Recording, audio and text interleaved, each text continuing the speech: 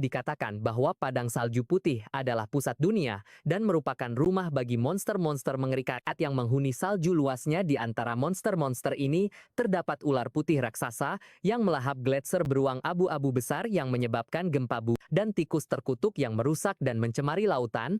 Tetapi meskipun semua kengerian ini, seorang kaisar yang pernah melarikan diri dari tempat itu menyebutkan bahwa monster-monster bukanlah hal yang paling berbahaya di sana. Di jantung padang salju putih, seorang pria menghadapi monster seperti kalajengking yang ganas dan terlibat dalam pertarungan sengit, berhasil mengeliminasi monster itu dengan serangan cepat. Setelah pertarungan, salah satu temannya mengomentari dengan sinis bahwa apa yang dia lakukan persis seperti yang diharapkan dari seorang barbar yang selalu memamerkan ketidaktahuannya, seolah-olah itu adalah lencana kehormatan pemuda berambut perak.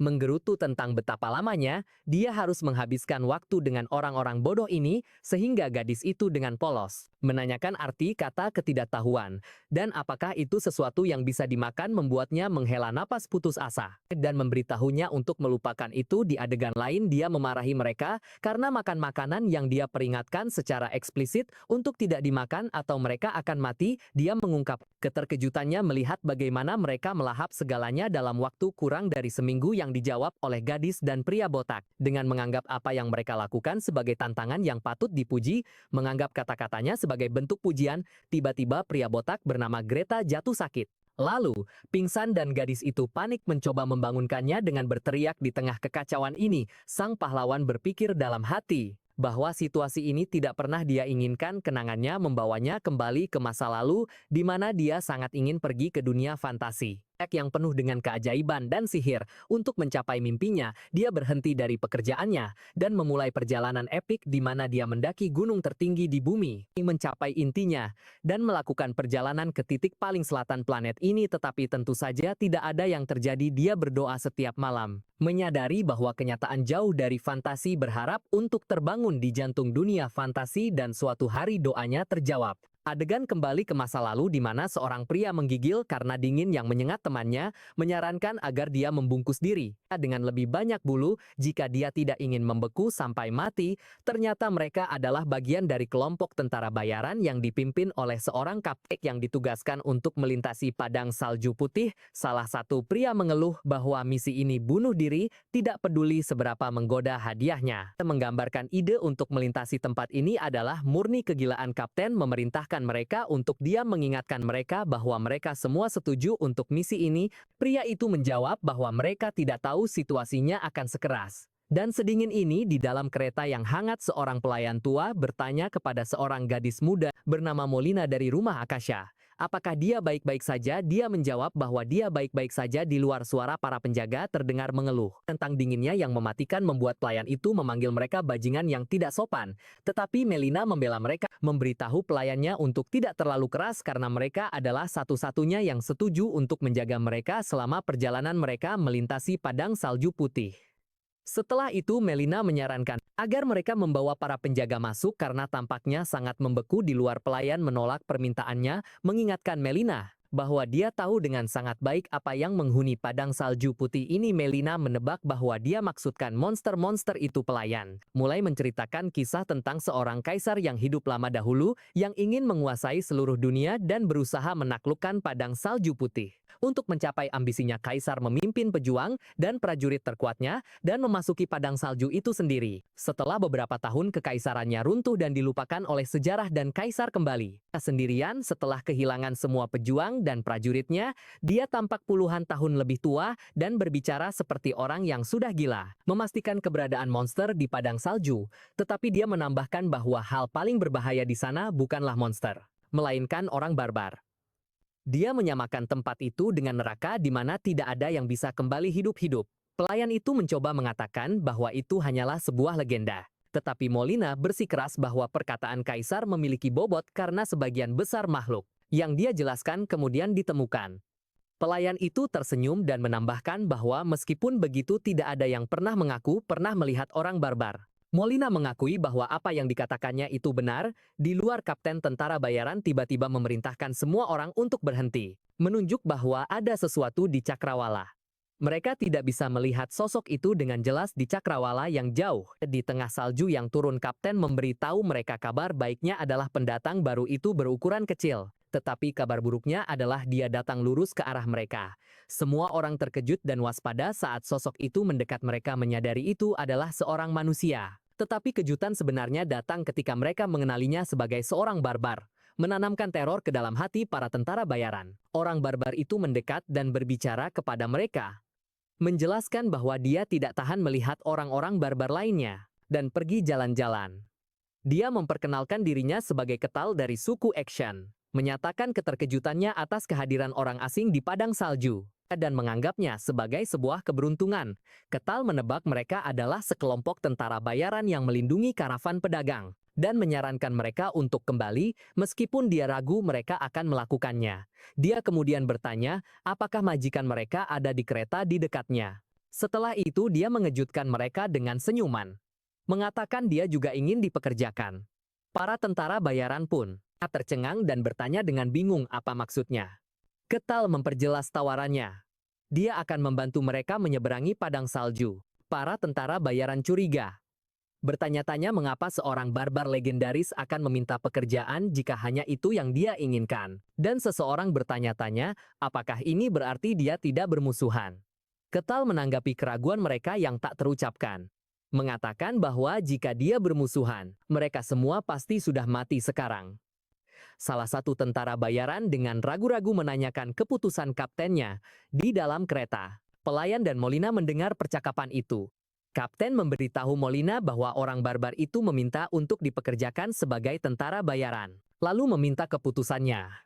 Ketika pelayan itu bertanya kepada kapten tentara bayaran tentang pendapatnya mengenai hasil pertarungan, jika pertarungan terjadi, kapten dengan tegas menyarankan untuk tidak melakukannya. Setelah mendengar ini, Molina membuat keputusannya dan memberitahu kapten untuk menginformasikan kepada orang barbar itu bahwa mereka menerima tawarannya. Kapten menegaskan rasa hormatnya atas keputusan itu dan pergi untuk memberitahu orang barbar itu tentang persetujuan mereka. Ketal menyatakan kegembiraannya mendengar kabar baik itu.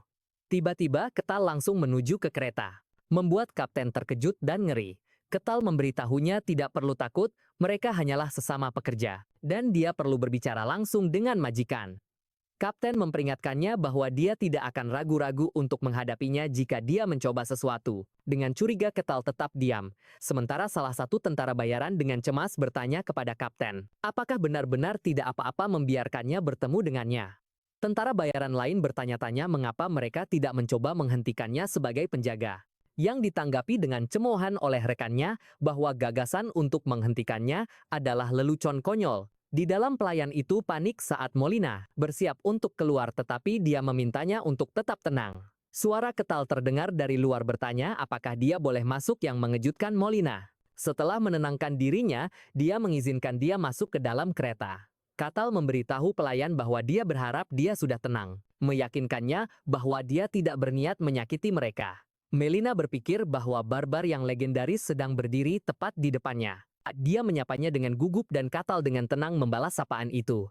Ketal berkomentar tentang kehangatan kereta, mencatat bahwa sulit untuk mempertahankan tingkat kehangatan ini di ladang salju. Melina menjelaskan bahwa kehangatan itu berasal dari sihir, dan Ketal tampak puas seolah-olah dia sudah mengharapkan itu dari dunia ini. Ketal langsung menjelaskan bahwa tempat ini berbahaya, dan peluang mereka untuk bertahan hidup dengan tentara bayaran saat ini sangat kecil, jadi dia akan mengambil alih perlindungan mereka. Tetapi dia menambahkan bahwa dia memiliki satu syarat. Jadi Melina menanyakan apa yang dia inginkan. Ketal mengungkapkan syaratnya. Pengetahuan dari luar ladang salju, khususnya informasi yang dia miliki. Melina menanyakan permintaannya, dan Ketal meyakinkannya bahwa dia tidak akan kehilangan apa-apa. Melina menyadari bahwa dia tidak punya pilihan lain dan setuju. Ketal senang dengan persetujuannya dan menanyakan namanya. Dia memperkenalkan dirinya sebagai Melina dari rumah Akasya.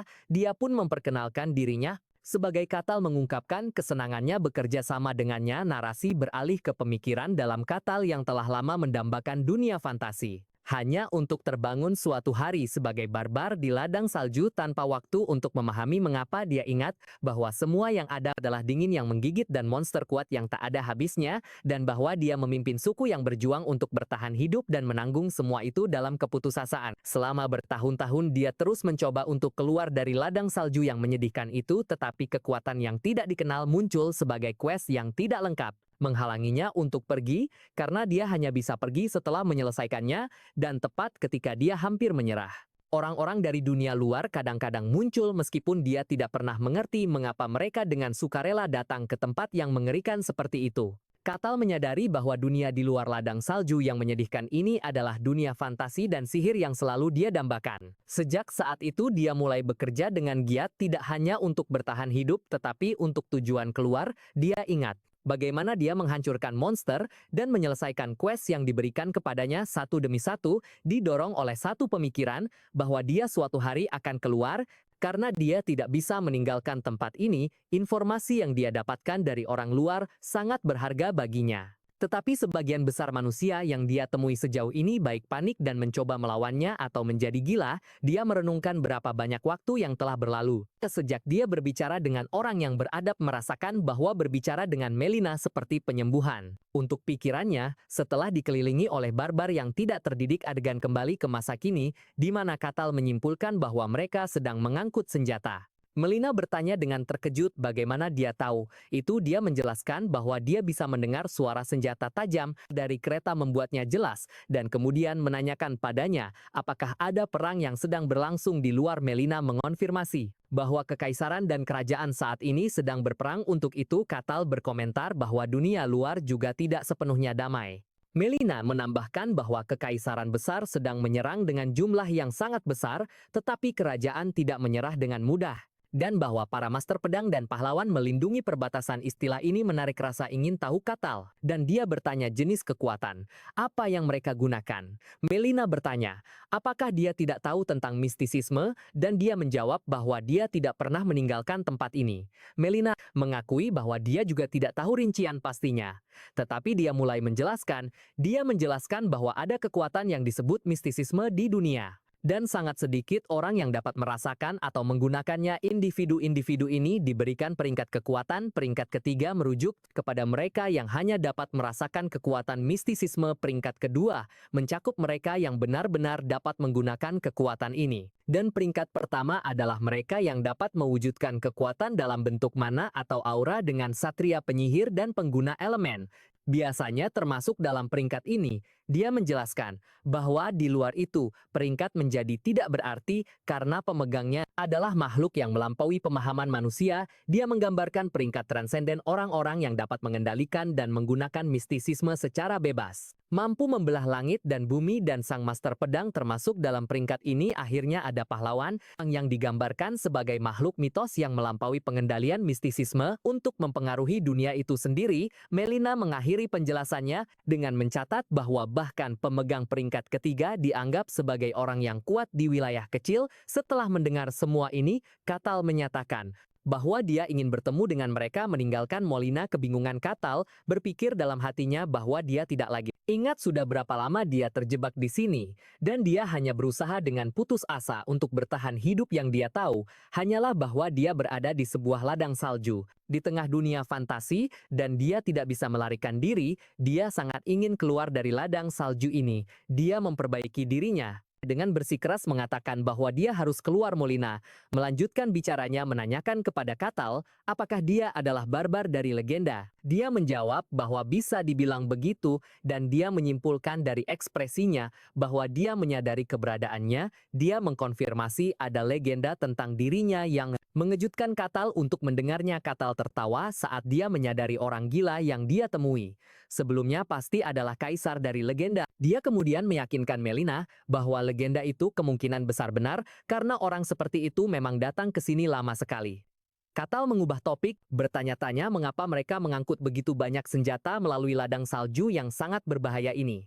Ketika Katal menanyakan alasannya untuk perjalanannya, Melina menjawab bahwa mereka membutuhkan banyak uang. Dia menjelaskan bahwa keluarganya yang telah berdagang selama beberapa generasi telah mengumpulkan utang besar karena skema saingan yang iri, dan bahwa perjalanan ini adalah untuk mencegah keruntuhan keluarga mereka. Katal dengan cerdik menyimpulkan bahwa rencananya untuk melunasi utang adalah dengan menjual senjata kepada kerajaan yang sedang berperang dengan kekaisaran. Mengejutkan Melina dengan kemampuannya untuk mengetahui itu. Katal menjelaskan alasannya mengatakan bahwa dia sebelumnya menyebutkan bahwa kekaisaran menyerang dengan jumlah besar, yang berarti tidak kekurangan senjata, dan oleh karena itu kerajaan yang membutuhkannya, dan ketika pasokan rendah dan permintaan tinggi harga naik. Dia menyimpulkan bahwa meskipun dia tidak tahu nilai barang di luar keuntungan pasti sebanding dengan risiko menyeberangi ladang salju. Dia juga menyimpulkan bahwa karena mereka mengambil rute berbahaya ini, pasti tidak ada cara lain untuk mencapai kerajaan. Yang menunjukkan bahwa perbatasan wilayah mereka bersentuhan dengan kekaisaran. Melina mengkonfirmasi bahwa kesimpulannya benar. Melina terkejut dengan kecerdasannya, berpikir bahwa ini tidak mungkin karena dia telah mendengar bahwa barbar legendaris adalah orang yang biadab dan bodoh. Dan dia bertanya-tanya tentang identitas aslinya. Tiba-tiba kereta bergetar dengan keras dan pelayan berteriak kaget. Katal dengan tenang mengumumkan bahwa mereka memiliki tamu tak diundang di luar. Sebuah monster cacat besar muncul di depan para tentara bayaran, dan mereka mengenalinya sebagai slime hitam. Katal bertanya, apakah itu namanya, dan Molina mengkonfirmasi menambahkan bahwa itu adalah monster yang tercatat dalam arsip. Dia menambahkan bahwa banyak petualang kuat telah menantang ladang salju selama bertahun-tahun. Dan meskipun hanya sedikit yang kembali, hidup-hidup mereka meninggalkan catatan tentang makhluk yang mereka temui, dan slime hitam muncul di sebagian besar catatan ini. Dia kemudian bertanya pada Katal apakah dia juga mengetahuinya. Katal dengan santai menjawab bahwa tentu saja dia tahu itu adalah benda-benda kenyal yang lumayan untuk camilan. Menggambarkannya sebagai makanan yang layak, Melina merasa ngeri dan bertanya dengan tidak percaya, apakah dia memakannya. Dia bertanya, apakah Melina mau mencoba satu dan menyarankan. Mereka berburu beberapa tapi dia menolak dengan panik. Slime hitam itu bersiap untuk menyerang dan semua orang melihat ke arah Katal untuk meminta bantuan. Tapi Katal menjelaskan bahwa dia punya perjanjian dengan mereka untuk melindungi nyawa mereka, dan karena itu dia hanya akan ikut campur. Jika ada bahaya yang nyata, dia memberitahu mereka bahwa mereka bisa mengatasi makhluk ini sendiri. Dan yang lebih penting, dia perlu menilai tingkat kekuatan dunia luar untuk dirinya sendiri. Monster itu menyerang para tentara bayaran, dan sang kapten memerintahkan anak buahnya untuk mengangkat perisai mereka. Para tentara bayaran berjuang melawan serangan kuat monster itu. Salah satu dari mereka melompat dan mencoba menghabisi monster itu. Tapi dia terlempar seperti serangga membuatnya mengutuk kekuatan monster itu. Sang kapten teringat sebuah informasi penting dan meneriakkan pola serangan, menjelaskan bahwa slime hitam hanya bisa bergerak dalam garis lurus, dan memerintahkan anak buahnya untuk menyebar dan mengordinasikan serangan mereka. Anak buahnya segera menanggapi perintah itu, memastikan pemahaman mereka tentang rencana baru itu. Para tentara bayaran menjalankan rencana kapten dengan tepat, menghindari serangan slime hitam, dan melancarkan pukulan mereka secara bersamaan. Monster itu berteriak kesakitan di bawah gempuran serangan terkoordinasi mereka saat mereka terus menusuk tanpa henti. Sang kapten mendesak mereka untuk terus menyerang tanpa henti. Ketika sang kapten menyadari bahwa serangan normal tidak ada gunanya, dia memerintahkan anak buahnya untuk menargetkan inti yang tersembunyi di suatu tempat di dalam monster itu. Sang kapten sendiri melancarkan pukulan kuat dengan pedangnya yang bersinar ke bawah, membelah tubuh slime itu. Inti merah monster itu hancur, dan tubuhnya mulai meleleh. Para tentara bayaran merayakan kemenangan mereka dengan terengah-engah dan mengungkapkan ketidakpercayaan mereka bahwa mereka benar-benar berhasil mengalahkannya. Tapi perayaan mereka tidak berlangsung lama, karena monster lain, seekor serigala putih raksasa, tiba-tiba muncul. Para tentara bayaran segera menghadapi ancaman baru itu dengan satu orang berteriak agar mereka mengincar lehernya. Kemudian salah satu dari mereka menerkam langsung ke serigala itu. Setelah pertempuran, salah satu tentara bayaran berkomentar dengan sedikit arogansi bahwa padang salju putih tidak begitu berbahaya, dan bahwa rumor itu mungkin dibesar-besarkan. Tapi sang kapten memperingatkannya untuk tidak berpuas diri, mengingatkan mereka bahwa mereka bahkan belum sampai setengah jalan. Cakapan beralih ke Katal dengan seorang tentara bayaran bertanya-tanya apakah si barbar itu benar-benar kuat, menunjukkan bahwa dia hanyalah bagian dari legenda kaisar dan belum Bertarung sama sekali yang lain menambahkan bahwa Katal yang seharusnya berada di dasar rantai makanan di sini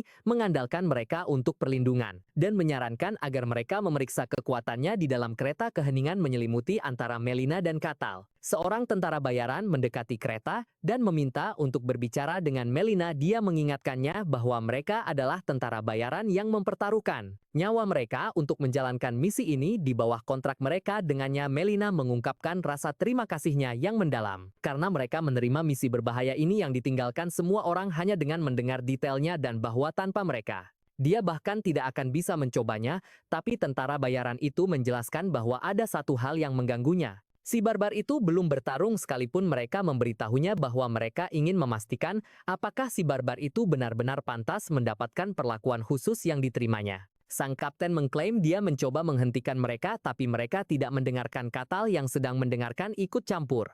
Mengatakan dia tidak keberatan menguji kekuatannya, tapi tidak sekarang. Dia menjelaskan bahwa mereka punya tamu lain yang datang sebelum mereka. Sebuah suara baru yang menakutkan menggema menyatakan kegembiraannya atas kedatangan manusia-manusia lemah dan menggambarkannya sebagai hidangan lezat. Semua orang terkejut dengan kemunculan ancaman baru ini. Seekor ular putih raksasa yang mengerikan muncul, menyuruh mereka untuk berteriak dan menderita sesuka mereka, karena itu akan menambah rasa pada makanannya. Kehadiran ular itu, yang sangat menekan, membuat Melina dan para tentara bayaran berteriak kesakitan. Katal melangkah maju dan memerintahkan ular itu berhenti seraya menyatakan bahwa mereka adalah tamunya, dan memerintahkannya untuk kembali. Ular itu bertanya pada Katal kenapa dia ada di sana sambil mengingatkannya tentang aturan padang salju yang melarang meninggalkan wilayah suku. Katal menjawab bahwa itu bukan urusannya, yang membuat ular itu marah dan menyuruhnya jangan konyol. Ular itu mengumumkan identitasnya sebagai seekor ular dan heran bagaimana seorang barbar berani memerintahnya. Dia adalah yang dijanjikan keabadian. Dengan sarkastis menjawab bahwa kalau begitu ia perlu didisiplinkan dan langsung menerjangnya dengan serangan ganas. Bentrokan itu menghasilkan ledakan energi yang dahsyat, menciptakan gelombang kejut yang kuat. Melina berteriak karena dahsyatnya ledakan dan dampaknya. Katal berdiri di atas ular yang telah dikalahkan, mengatakan bahwa dia adalah tipe yang baru mendengarkan setelah dihajar habis-habisan. Melina menyaksikan pemandangan itu dengan takjub, dan Katal meyakinkannya bahwa dia akan menyelesaikannya dengan cepat. Katal melepaskan serangan terakhir yang menghancurkan dan memusnahkan ular itu dalam sekejap cahaya yang cemerlang. Setelah kejadian itu, para tentara bayaran yang tadinya meragukan kekuatan Katal memohon maaf. Dia menjawab bahwa tidak apa-apa karena dia mengerti. Tidak mudah untuk mempercayai orang asing. Katal memberitahu Melina bahwa dia punya pertanyaan. Dia memperhatikan bahwa dari pakaian dan cara bicaranya, dia tidak terlihat seperti perwakilan biasa dari keluarganya dan bertanya mengapa dia secara pribadi melakukan perjalanan berbahaya ini. Setelah ragu-ragu sejenak, Melina mengungkapkan bahwa dia adalah putri pertama Velika, seorang selir atau istri kedua dari Tuan Kasakakasya. Dia menjelaskan bahwa ibunya yang datang untuk pernikahan politik telah dimanfaatkan dan ditinggalkan. Seorang ibu yang malang tanpa kekuatan nyata. Melina mengaku bahwa dia dan ibunya hanya dianggap keluarga di atas nama saja. Tapi pada kenyataannya mereka diperlakukan seperti pelayan. Lalu dia menyesal telah mengungkapkan begitu banyak dan mengkonfirmasi bahwa dia mengajukan diri untuk perjalanan berbahaya ini. Dia menambahkan bahwa seseorang harus memberi contoh. Katal memberitahunya bahwa dia mengerti, menggambarkannya sebagai orang yang sangat pintar, serakah, dan sangat ambisius. Tiba-tiba pintu keluar dari padang salju muncul di hadapan mereka. Para tentara bayaran terkejut dengan pemandangan di hadapan mereka. Mereka melihat rumput hijau yang menandakan akhir dari perjalanan mereka di salju. Melina berterima kasih pada Katal, dan dia memberitahunya bahwa mereka bisa kembali melalui kekaisaran, karena akan mudah setelah menjual senjata-senjata itu. Bertanya padanya apa maksudnya dengan menggambarkannya sebagai orang yang pintar dan ambisius. Katal mengkonfirmasi bahwa kata-katanya berarti persis seperti yang dia katakan. Dia mulai menjelaskan deduksinya. Mengatakan bahwa keluarganya yang dulu sangat dihormati sekarang berada dalam kekacauan besar karena kekurangan dana. Dia menambahkan bahwa meskipun dia adalah putri seorang selir, jika dia secara pribadi mengambil tindakan dan mengukir jalan menuju keselamatan, saat keluarga itu berada di ambang kehancuran. Dia bertanya kalau begitu, siapa yang akan dipercaya dan diikuti oleh orang-orang? Dia menyimpulkan bahwa tujuan sebenarnya adalah untuk merebut kekuasaan nyata di keluarga. Dia lalu bertanya, apakah dia salah, dan Melina mengakui jawabannya sempurna. Katal berkomentar bahwa itu adalah cerita umum bagi anak seorang selir untuk mengambil tantangan berbahaya demi mewarisi keluarga. Berpikir dalam hati bahwa orang barbar ini cerdas.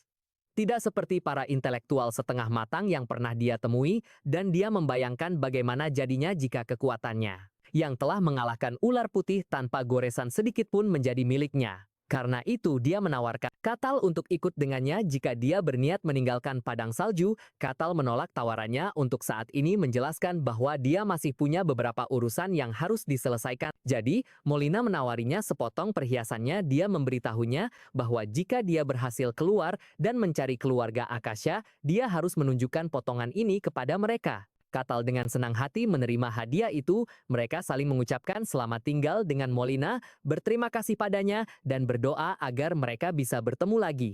Katal memperhatikan kereta mereka, yang menjauh 5 tahun kemudian di padang salju putih. Sebuah pesan muncul yang menyatakan bahwa Katal telah menyelesaikan misi nomor 1784 dan semua persyaratan telah terpenuhi. Pesan lain pun muncul, memberitahunya bahwa dia bisa meninggalkan padang salju dan dia mulai melintasi penghalang yang berkilauan.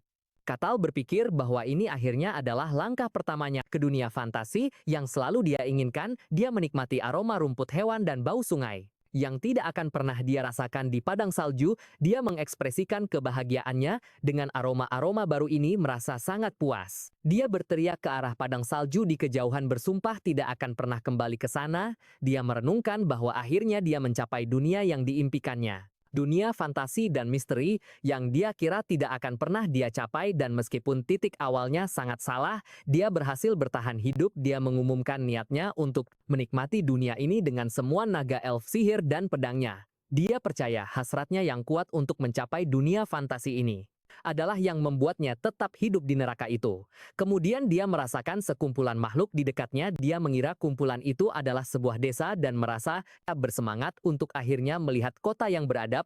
Dia teringat orang-orang barbar bodoh yang tinggal bersamanya dan bagaimana mereka tidak peduli dengan pentingnya tempat tinggal, dan merasakan nostalgia yang kuat akan pemukiman manusia yang dirancang dengan baik. Saat dia bertanya-tanya bagaimana cara memperkenalkan diri dengan sopan, dia mendengar sebuah suara. Suara itu mengumumkan kepada para penduduk desa elf yang terkasih bahwa tempat ini akan menjadi rumah baru mereka.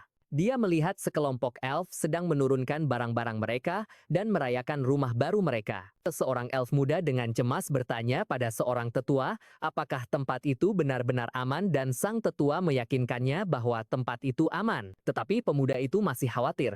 Meskipun daerah itu terpencil dan tidak dapat diakses oleh manusia, dia mengungkapkan kekhawatirannya tentang kedekatan padang salju, dan sang tetua mengerti dia takut akan kemunculan monster. Sang tetua meyakinkannya kembali, mengatakan bahwa tidak ada yang keluar dari padang salju selama ribuan tahun. Dan mereka juga telah memasang penghalang sebagai tindakan pencegahan. Dia menjelaskan bahwa mereka telah memasang penghalang penyembunyian magis. Berdasarkan sihir elf kuno membuat tempat itu terlihat seperti hutan biasa, dan selama penghalang itu tetap ada, tidak ada orang luar yang bisa mencapai mereka. Dia menambahkan bahwa bahkan jika monster datang, mereka memiliki yang mulia ratu, yang bahkan monster dari padang salju pun tidak bisa menyentuhnya pada saat itu juga.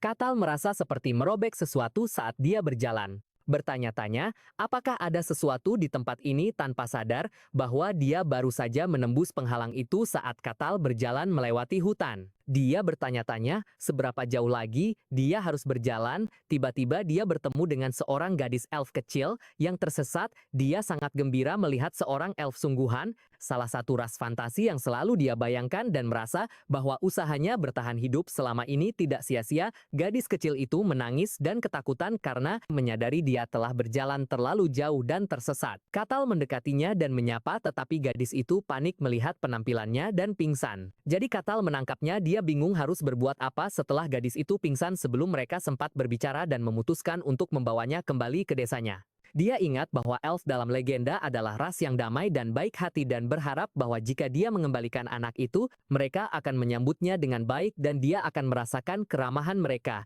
Dia sangat menantikan pengalaman ini. Ketika dia tiba di desa sambil membawa anak itu, seorang wanita yang diduga ibunya berteriak ketakutan mencari anaknya. Terkejut dengan keberadaan manusia di sana, para elf bereaksi agresif, menanyakan siapa dia dan bagaimana dia bisa menembus perbatasan mereka. Kital menyadari bahwa keadaan tidak berjalan seperti yang dia harapkan. Ibu anak itu terus berteriak dan tetua elf mengungkapkan keterkejutannya. Bertanya-tanya bagaimana seorang manusia bisa memasuki tanah terlindungi mereka dengan perbatasan. Salah satu elf memberitahunya bahwa ada retakan di perbatasan dan tetua itu panik menanyakan keberadaan Yang Mulia Ratu dan diberitahu bahwa dia telah pergi untuk melakukan pengintaian singkat. Katal mencoba menjelaskan bahwa dia bukan musuh mereka, tetapi seorang pejuang yang mengancam akan memburunya sampai ke ujung dunia. Jika dia tidak mengembalikan anak itu, tetua menyatakan bahwa lokasi mereka telah terungkap dan menyimpulkan bahwa karena perbatasan telah dilanggar, manusia pasti datang dengan persiapan penuh. Dia bertanya-tanya, sudah berapa lama manusia mengikuti mereka? Katal menyadari mereka mengira dia adalah penculik dan memutuskan bahwa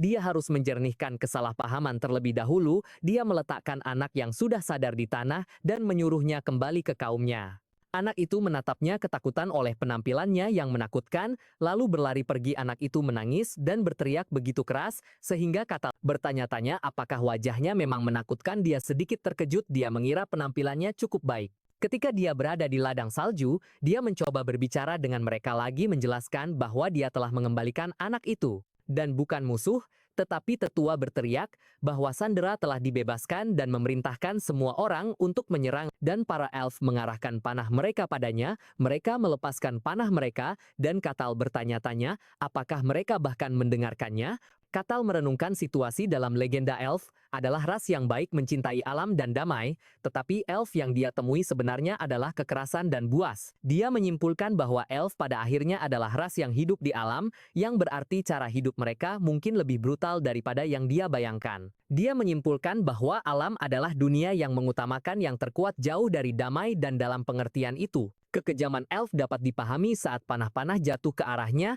dan memantul dari tubuhnya tanpa membahayakan. Dia dengan tenang menerima bahwa ini adalah kenyataan. Para elf terkejut, dan tetua bertanya-tanya alat sihir jenis apa yang digunakan Katal. Memerintahkan para pemanah untuk melanjutkan serangan. Menganggap dia memiliki batas, Katal memutuskan untuk menenangkan mereka dan melepaskan gelombang besar energi ungu. Ledakan itu menciptakan gelombang kejut yang kuat, mengirimkan para elf terbang di udara. Tetua berdiri dalam kebingungan, bertanya-tanya apa yang baru saja terjadi. Katal berdiri di kawah yang dibuat oleh ledakan, mengulangi bahwa dia bukan musuh mereka. Dia berpikir dalam hati bahwa dia mungkin sedikit salah menilai kekuatannya. Pada saat itu Katal diserang oleh panah lain, dikelilingi oleh aura api seperti Phoenix, dan serangan itu menyebabkan ledakan api yang kuat. Itu adalah Ratu Elf Markria Hasi Ankarusia yang meluncurkan serangan dan bertanya apa yang sedang terjadi. Tetua memberitahunya bahwa seorang manusia telah menyerang mereka. Ratu menyimpulkan bahwa apa yang dia takuti telah terjadi dan bahwa tempat ini tidak lagi aman. Katal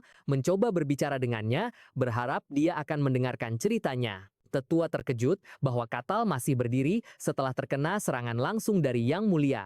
Ratu bertanya kepada Katal apakah dia musuh kuat lainnya yang datang untuk menyakiti mereka. Dia menyatakan bahwa manusia adalah makhluk yang hina dan memperkenalkan dirinya sebagai ratu suku daun. Dia mengarahkan panah bercahaya ke arahnya, bersumpah bahwa dia akan membayar mahal karena berani menginginkannya. Katal merasa frustrasi, bertanya-tanya mengapa mereka bahkan tidak bisa berbicara meskipun mereka berbicara dalam bahasa yang sama, dan apakah dia sengaja mengabaikannya, atau jika hubungan antara manusia dan elf memang seburuk itu. Dia memutuskan bahwa menggunakan kekerasan tidak dapat dihindari, mengingat pelajaran yang dia pelajari di ladang salju. Jika mereka tidak mendengarkan pukul mereka sampai mereka mau. Ratu melepaskan panah, sihirnya panah itu berubah menjadi kepala naga spektral yang besar dan menuju Katal. Katal bersiap untuk serangan balasan, mengumpulkan energi di tinjunya. Dia memukul naga spektral dengan tinjunya, menciptakan ledakan besar. Ratu terkejut dengan hasilnya. Katal melihat tinjunya dan berkomentar dengan penyesalan, menyarankan bahwa dia mungkin telah menggunakan kekuatannya secara berlebihan, dan Ratu terlempar ke belakang. Ratu jatuh ke tanah kalah. Katal berpikir bahwa mungkin dia seharusnya mengendalikan kekuatannya lebih baik. Ratu menyadari dari bentrokan singkat ini bahwa lawannya kuat setidaknya pada tingkat transenden, dan bertanya-tanya mengapa seseorang yang begitu kuat ada di sini. Ratu Elf mengenali kekuatan Katal dan memerintahkan rakyatnya untuk segera meninggalkan area demi keselamatan mereka. Para elf mundur atas perintahnya. Ratu memberitahu Katal bahwa dia mengakui kekuatannya, tetapi meyakinkannya bahwa dia tidak akan pernah mencapai tujuannya. Katal berpikir dalam hati bahwa situasinya telah berubah menjadi bencana total ketika yang dia inginkan hanyalah berbicara dengan mereka. Ratu mulai melafalkan mantra yang kuat memanggil makhluk bertanduk yang membawa api paling murni yang dia panggil. Roh besar dalam bentuk banteng menyala bernama Vigo. Kegembiraan memenuhi Katal yang berpikir bahwa makhluk-makhluk di ladang salju sangat menakutkan dan aneh. Tetapi ini adalah pemanggilan yang nyata. Dia ingat bahwa meskipun beberapa makhluk di ladang salju memiliki penampilan seperti fantasi, sebagian besar sangat mengerikan. Tetapi makhluk di depannya ini banteng dengan tanduk menyala sangat berbeda. Dia berpikir dengan bersemangat bahwa ini adalah roh sejati dan ini adalah fantasi sejati. Ratu memerintahkan Vigo untuk menghilangkan musuh, tetapi roh api tingkat tinggi bergumam bahwa kontrak pemanggilan hanyalah gangguan dan masalah. Ratu memerintahkannya untuk diam. Dia berpikir dalam hati bahwa roh yang kuat biasanya tua dan angkuh, dan bahwa dia tidak akan berhasil membuat kontrak ini tanpa bantuan suku lain. Dan dia tidak pernah mengira harus memanggilnya dengan cara ini. Dia kembali memerintahkan Vigo untuk memenuhi kontraknya. Vigo bertanya apakah kontrak itu memerlukan pembunuhan manusia di depannya, tetapi dia tiba-tiba ragu. Ketika dia memperhatikan sesuatu yang aneh tentang Katal, dia melihat aura menakutkan Katal dan bertanya-tanya apakah dia benar-benar manusia. Sementara itu, Katal masih dalam keadaan bingung dari kemewahan pemandangan fantasi sebelum menyadari dengan kekecewaan bahwa manusia yang akan dibunuh adalah dirinya sendiri. Vigo mencemuh keberanian seorang manusia yang menginginkan ras alam dan memutuskan dia akan membakarnya menjadi abu. Vigo melesat menuju Katal. Katal bersiap untuk memblokir serangan. Tiba-tiba Ratu mengerang dari dampak gelombang kejut. Ketika dia membuka matanya, dia terkejut melihat Katal dengan mudah memblokir serangan Vigo dan menangkap tanduknya. Katal tersenyum dan berpikir bahwa dia merasa lebih tenang melihat bentuk monster. Karena dia tidak ragu untuk memukulinya sampai mati. Ratu menyaksikan pemandangan itu dengan horor. Katal meluncurkan serangan yang menghancurkan, yang menyebabkan ledakan besar menghancurkan hutan batu-batu di sekitarnya, dan gaungnya mencapai atmosfer. Ratu berteriak dari kekuatan ledakan. Hutan hijau berubah menjadi kawah besar, dan Ratu melihat dengan tidak percaya apa yang terjadi. Katal berjalan menuju Ratu yang kalah di tengah kawah dan mendekatinya. Ratu Elf memohon padanya untuk setidaknya mengampuni rakyatnya. Katal dengan tenang meyakinkannya bahwa dia bukanlah musuh mereka. Sang Ratu terkejut hingga tak bisa berkata-kata. Setelah pembicaraan yang panjang, para elf akhirnya menerima bahwa dia sebenarnya bukan musuh mereka. Sang Ratu mengajukan permintaan maaf resmi kepada Katal. Mengakui bahwa mereka terlalu cepat menilainya. Dia merasa sangat menyesal menyadari betapa kasarnya mereka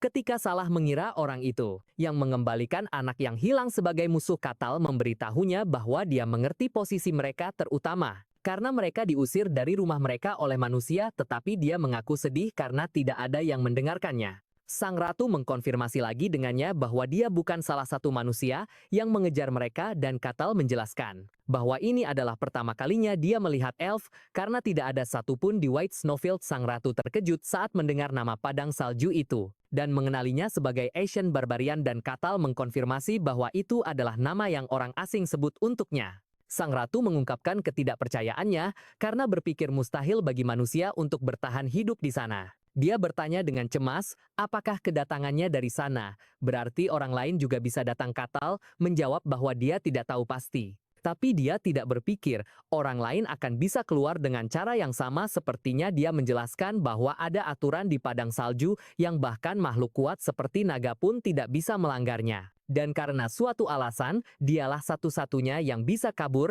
melalui sesuatu yang disebut quest. Percaya bahwa kasusnya adalah pengecualian langka. Sang Ratu merasa lega. Kemudian Katal bertanya tentang keadaan makhluk panggilannya. Dia dengan belak-belakan mengingatkannya bahwa banteng itu terbelah menjadi dua. Sang Ratu meyakinkannya bahwa tidak perlu khawatir karena roh adalah makhluk alam, dan itu hanya kembali ke dunia roh. Dan karena merasa bersalah atas kekasarannya, dia bertanya apakah Katal menginginkan sesuatu. Berjanji untuk mengabulkan keinginannya.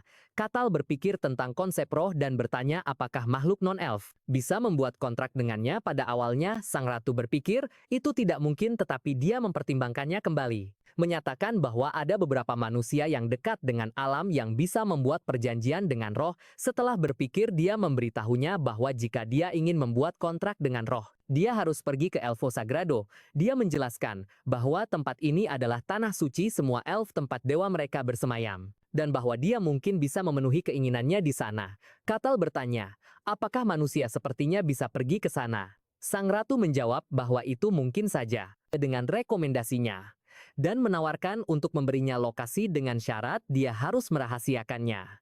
Pikiran batin sang ratu mengungkapkan bahwa Elfo Sagrado adalah tujuan impian bagi semua yang mempelajari elf. Dia berpikir bahwa para elf tidak pernah mengungkapkan lokasinya kepada ras lain karena manusia merupakan bahaya besar bagi tempat suci ini. Meskipun begitu, dia memutuskan untuk mempercayainya dan menawarinya kristal bercahaya. Katal menerimanya dengan penuh terima kasih. Sang ratu menjelaskan bahwa bahkan jika dia mencapai area tersebut, dewa mereka pasti akan mengujinya, tetapi dia yakin bahwa Katal akan berhasil dan mendoakannya perjalanan yang aman. Dan Katal berterima kasih padanya. Sang ratu secara resmi memperkenalkan dirinya sebagai Markia Hashian Karusia, ratu dari suku Daun, dan menanyakan namanya. Dia memperkenalkan dirinya sebagai Katal sang barbar. Setelah beberapa waktu berlalu, Katal melesat menembus hutan. Di perbatasan wilayah Barkon di Kerajaan Gahentra, para penjaga panik karena suara yang menggelegar dan kekuatan dahsyat yang mendekati mereka. Kapten penjaga memerintahkan lonceng untuk dibunyikan dan semua penjaga untuk segera berkumpul.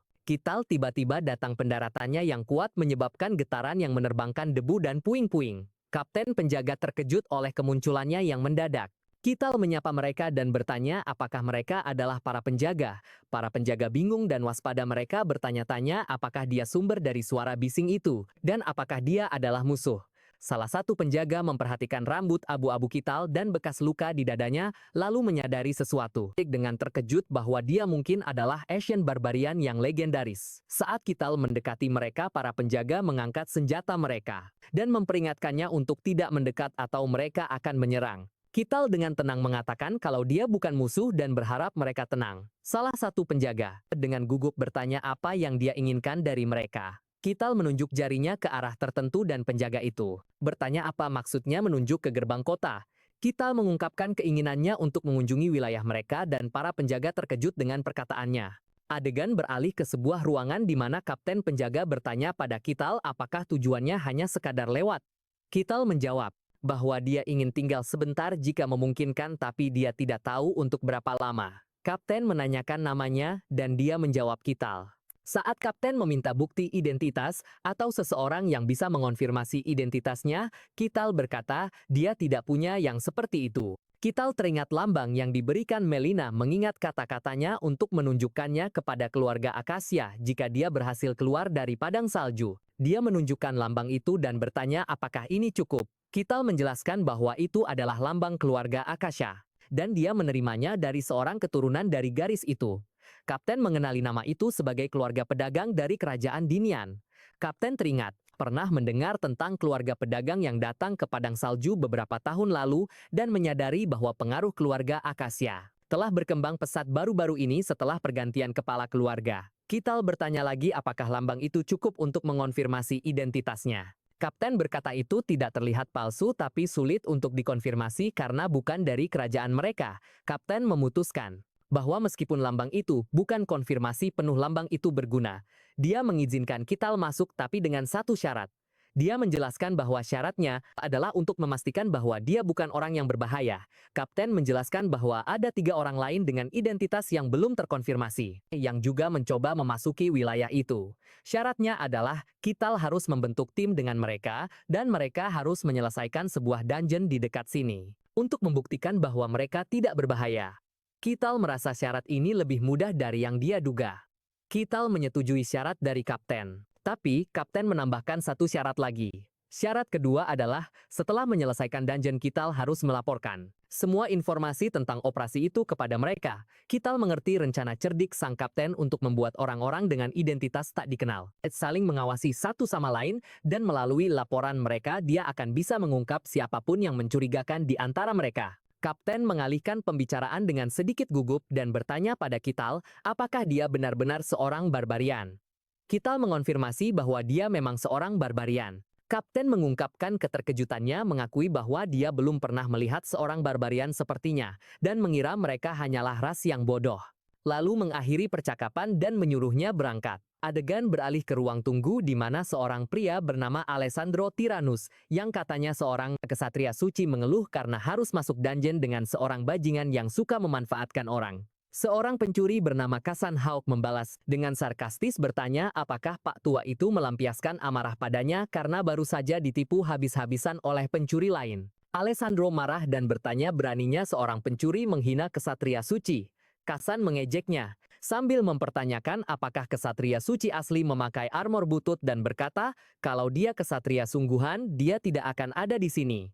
Begitu kesimpulannya, bahwa Alessandro hanyalah seorang kesatria pengembara, dan mereka berdua adalah serangga rendahan yang sama. Alessandro meledak dalam amarah dan mengancam akan bertarung. Kasan mencibirnya bertanya apakah dia pikir baju zirah bututnya akan melindunginya. Anggota tim ketiga seorang pendeta wanita menengahi dan meminta mereka untuk berhenti. Pendeta wanita His dari Calusia menyatakan keprihatinannya karena harus menyelesaikan dungeon dengan orang-orang ini. Kapten penjaga masuk dan memberitahu mereka bahwa minimal untuk memasuki dungeon adalah 4 orang dan seseorang akan bergabung dengan mereka. Pendeta wanita itu berharap orang terakhir itu normal dan kapten memberitahunya bahwa dia bisa menilainya sendiri karena dia baru saja tiba. Katal memasuki ruangan. Dan anggota tim yang ada terkejut dengan kehadirannya Katal dengan riang bertanya apakah mereka adalah anggota timnya. Para anggota tim bereaksi dengan kaget. Alessandro memperhatikan ukurannya yang sangat besar. Pendeta wanita itu bertanya-tanya apakah dia manusia dan Kasan merasakan tekanan luar biasa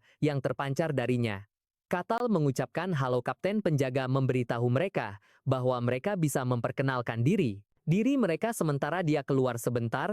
Katal memulai dengan memperkenalkan dirinya mengatakan bahwa dia adalah Katal seorang barbar. Dia kemudian menanyakan nama si pencuri yang dengan ragu-ragu memperkenalkan dirinya sebagai Kasan Hak. Dia beralih ke kesatria suci yang memperkenalkan dirinya sebagai Alessandro Tyrannus dan Katal bertanya padanya apakah dia menggunakan kekuatan suci. Alessandro menjelaskan dengan gugup bahwa dia adalah kesatria suci yang agak spesial dan tidak bisa menggunakannya. Pendeta wanita itu memperkenalkan dirinya sebagai pendeta wanita dari Calusia, dewa kebohongan dan tipu daya. Katal bertanya padanya mengapa identitasnya tidak dikonfirmasi karena dia adalah seorang pendeta wanita. Dia menjelaskan bahwa dewa yang dia layani tidak terlalu dihormati. Setelah perkenalan selesai, kapten penjaga mengumumkan bahwa jika mereka siap, mereka harus berangkat. Keheningan dan ketegangan memenuhi udara saat tim berjalan. Penjaga yang menyertai mengumumkan kedatangan mereka. Penjaga itu menunjuk ke pintu masuk dungeon. Dia menjelaskan bahwa itu adalah dungeon 3 lantai dan monster yang muncul di dalamnya adalah undead. Tujuannya adalah untuk menyelesaikannya dan menemukan sebuah lambang di dalamnya. Kital meminta Kasan untuk menjelaskan rencana sebelum mereka mulai. Dia mulai menjelaskan. Dan ketika dia memanggil Kital dengan sebutan Tuan Kital, dengan riang memberitahunya untuk tidak terlalu formal karena mereka adalah rekan. Kasan membagikan peran. Mengatakan Ketal dan kesatria Alessandro akan membentuk barisan depan sementara dia akan memeriksa perangkap. Dia menambahkan bahwa pendeta wanita akan mendukung pertempuran dari belakang dengan kekuatan sucinya. Ketal menyetujui rencana itu yang membuat Kasan bingung. Catal kemudian dengan antusias mengumumkan bahwa mereka akan berangkat. Tim memasuki dungeon yang gelap dengan Catal memimpin jalan. Di dalam Kasan memperhatikan kegelapan yang pekat dan tidak adanya perangkap atau kunci seperti biasanya, menganggapnya biasa secara mencurigakan. Tiba-tiba Kasan menghentikan kelompok itu menunjukkan bahwa ada monster. Meskipun Katal tidak melihat apa-apa, dia menunjuk ke tulang pecahan yang berserakan di tanah, menjelaskan bahwa itu adalah tengkorak hidup yang akan bangkit dan menyerang mereka jika mereka mendekat. Kasan menyadari dalam hati bahwa kapten penjaga tahu tentang ini dan dungeon ini bukan hanya sebuah ujian, tetapi cara untuk menyingkirkan orang luar yang merepotkan. Katal memikirkan kata tengkorak hidup. Alessandro menjelaskan bahwa tengkorak hidup adalah monster kuat yang terus bergerak bahkan jika mereka terluka atau anggota tubuhnya terpotong. Dia menambahkan bahwa pertahanan mereka tinggi karena mereka terbuat dari tulang, membuat tingkat kesulitan dungeon ini lebih tinggi dari yang diperkirakan. Kasan mengambil alih pimpinan lagi, menyuruh pendeta wanita untuk menyiapkan kekuatan sucinya, Alessandro untuk menyiapkan perisainya, dan Katal untuk bersiap-siap juga. Dia menjelaskan bahwa perannya adalah untuk memanfaatkan peluang selama pertarungan dan menyarankan mereka untuk mengincar titik lemah tengkorak hidup itu. lehernya dan memukulnya berkali-kali karena sangat keras. Katal berpikir bahwa Kasan adalah pemimpin yang baik. Begitu mereka maju, seekor tengkorak bangkit dari tanah. Para anggota tim bersiap untuk bertarung. Tapi Katal hanya mengangkat tangannya. Dengan satu pukulan mudah dia menghancurkan tengkorak kerangka itu. Dia lalu meniup debu sihir dari tangannya. Sisa tim benar-benar tercengang. Katal berkomentar pada Kasun bahwa dia benar, para tengkorak itu tidak bergerak setelah kepala mereka dihancurkan. Kasun tertawa gugup dan menjelaskan bahwa bukan itu yang dia maksud, menghancurkan tulang tengkorak. Dengan satu pukulan hampir mustahil bahkan untuk ahli pedang yang terampil, kecuali mereka bisa menggunakan aura, yang berarti kekuatan Katal di luar nalar. Kasan melanjutkan pikirannya menjelaskan bahwa satu-satunya cara untuk mengalahkan tengkorak yang diperkuat oleh sihir dungeon adalah dengan menyerang lehernya berulang kali untuk memutuskan tulang lehernya, sama seperti menebang pohon. Dia menyimpulkan bahwa apa yang Katal lakukan, menghancurkan kepala tengkorak itu dan mengubahnya menjadi debu dengan satu pukulan, secara logika mustahil. Dia mengakui pada dirinya sendiri bahwa dia tahu Katal kuat sejak awal, tapi dia tidak pernah membayangkan kalau Katal sekuat ini. Para anggota tim menatap Katal dengan kaget, dan Alessandro bertanya-tanya apakah dia benar-benar manusia. Katal hanya berkata, mereka harus terus maju. Sisa tim segera merespons, setuju dengan gugup, dan Katal merasa ketergesa-gesaan mereka yang tiba-tiba itu lucu saat mereka melanjutkan perjalanan. Katal bermain dengan tengkorak kerangka. Tiba-tiba sekelompok besar tengkorak menghadang mereka dan semua orang bersiap untuk pertarungan yang sulit. Tapi, Katal menghentikan mereka dan meminta bantuan. Dia meminta untuk menangani para tengkorak ini sendirian dengan alasan bahwa dia punya beberapa hal yang ingin dia periksa. Para anggota tim langsung setuju, terpesona oleh kekuatannya. Katal berterima kasih pada mereka. Alessandro bertanya-tanya apa yang akan dia lakukan. Katal mendekati para tengkorak, merasa struktur mereka menarik. Salah satu tengkorak mulai menyerangnya, dan dia sepertinya sedang menganalisis gerakan dan strukturnya. Dia lalu menyapa salah satunya seolah-olah itu adalah rekan latihannya, menanyakannya apa yang akan dilakukannya sekarang. Tengkorak itu menyerangnya dengan pedangnya. Katal dengan mudah menghindari pukulan itu. Dia lalu menangkap tangan tengkorak itu dan bertanya sambil tersenyum apa yang akan dilakukannya tentang ini. Dia lalu mematahkan lengan tengkorak itu dengan tangan kosong, dan tengkorak itu terkejut dengan apa yang terjadi dan merasa terhina. Dia lalu dengan terampil menangkap pedangnya yang jatuh dengan tangannya yang lain. Katal mengejek situasi itu, mengomentari kemampuan tengkorak itu untuk berganti tangan. Saat tengkorak itu menyerang, Katal menangkap tangannya lagi. Dia lalu mematahkan pedangnya dan membongkar lengan tengkorak itu. Tengkorak itu terus menyerang tapi Katal menghindarinya dengan mudah. Dia menahan pukulan langsung tengkorak itu dengan tangannya. Tersenyum dan menunjukkan kekaguman karena tengkorak itu memiliki kecerdasan. Salah satu anggota tim mengerang tak percaya. Alessandro benar-benar terpana saat dia menyadari kenyataan dari kekuatan Katal yang tampaknya mustahil. Alessandro berpikir dalam hati bahwa ini adalah seorang barbar sejati. Katal melepaskan tengkorak kerangka itu dan kemudian menghancurkannya di bawah kakinya. Dia lalu meminta maaf kepada tim karena membuat mereka menunggu. Tapi para anggota tim yang sekarang dalam keadaan kagum memberitahunya bahwa dia bisa melakukan apapun yang dia mau. Saat Katal menyarankan mereka untuk melanjutkan, tim dengan gugup setuju. Mereka mencapai pintu masuk ke lantai kedua. Kasan yang kelelahan menyarankan agar mereka istirahat sejenak. Katal setuju yang membuat Kasan sangat lega selama istirahat mereka. Katal mengatakan dia punya beberapa pertanyaan tentang dungeon. Sang pendeta wanita Hes mempersilakannya untuk bertanya. Katal memulai pembicaraannya dengan malu-malu mengakui bahwa dia kurang banyak pengetahuan. Hes menyemangatinya dengan mengatakan bahwa keinginan untuk belajar adalah kualitas yang luar biasa dan bertanya kepada Katal apa yang membuatnya penasaran. Dia menyadari bahwa dungeon itu sangat dekat dengan wilayah mereka. Dia bertanya apakah keberadaan dungeon dan monster di dekat tempat tinggal orang-orang bukanlah sebuah masalah. Bahwa monster dungeon biasanya tidak keluar dan meskipun ada pengecualian mereka sudah ditangani sebelumnya. Kasan menambahkan bahwa dungeon muncul secara alami terkadang sebagai gua atau menara. Dia menunjukkan bahwa sebagian besar dari mereka muncul di dekat pusat populasi yang besar. Dia menambahkan bahwa ketika sebuah dungeon muncul, wilayah tersebut akan menilai tingkat bahayanya. Dan kemudian orang-orang seperti mereka dikirim untuk menanganinya. Katal bertanya apakah mereka muncul di dalam wilayah itu sendiri, dan sang pendeta wanita menjelaskan bahwa mereka muncul pada jarak tertentu dari area berpenduduk Katal kemudian bertanya apakah ada hadiahnya. Karena berhasil menyelesaikan dungeon, Hayes mengonfirmasi hal ini menjelaskan bahwa biasanya ada bos di lantai paling atas dan mengalahkannya akan memberikan berbagai hadiah dan hadiah di dungeon level ini akan sangat bagus. Katal tersenyum dan berpikir bahwa ini seperti sebuah permainan dan ketika Hayes bertanya padanya dia mengaku sedang berbicara pada dirinya sendiri. Dia mengajukan satu pertanyaan terakhir siapa yang membuat dungeon ini. Tim terkejut dengan pertanyaan itu dan Hayes menjawab bahwa mereka muncul secara alami.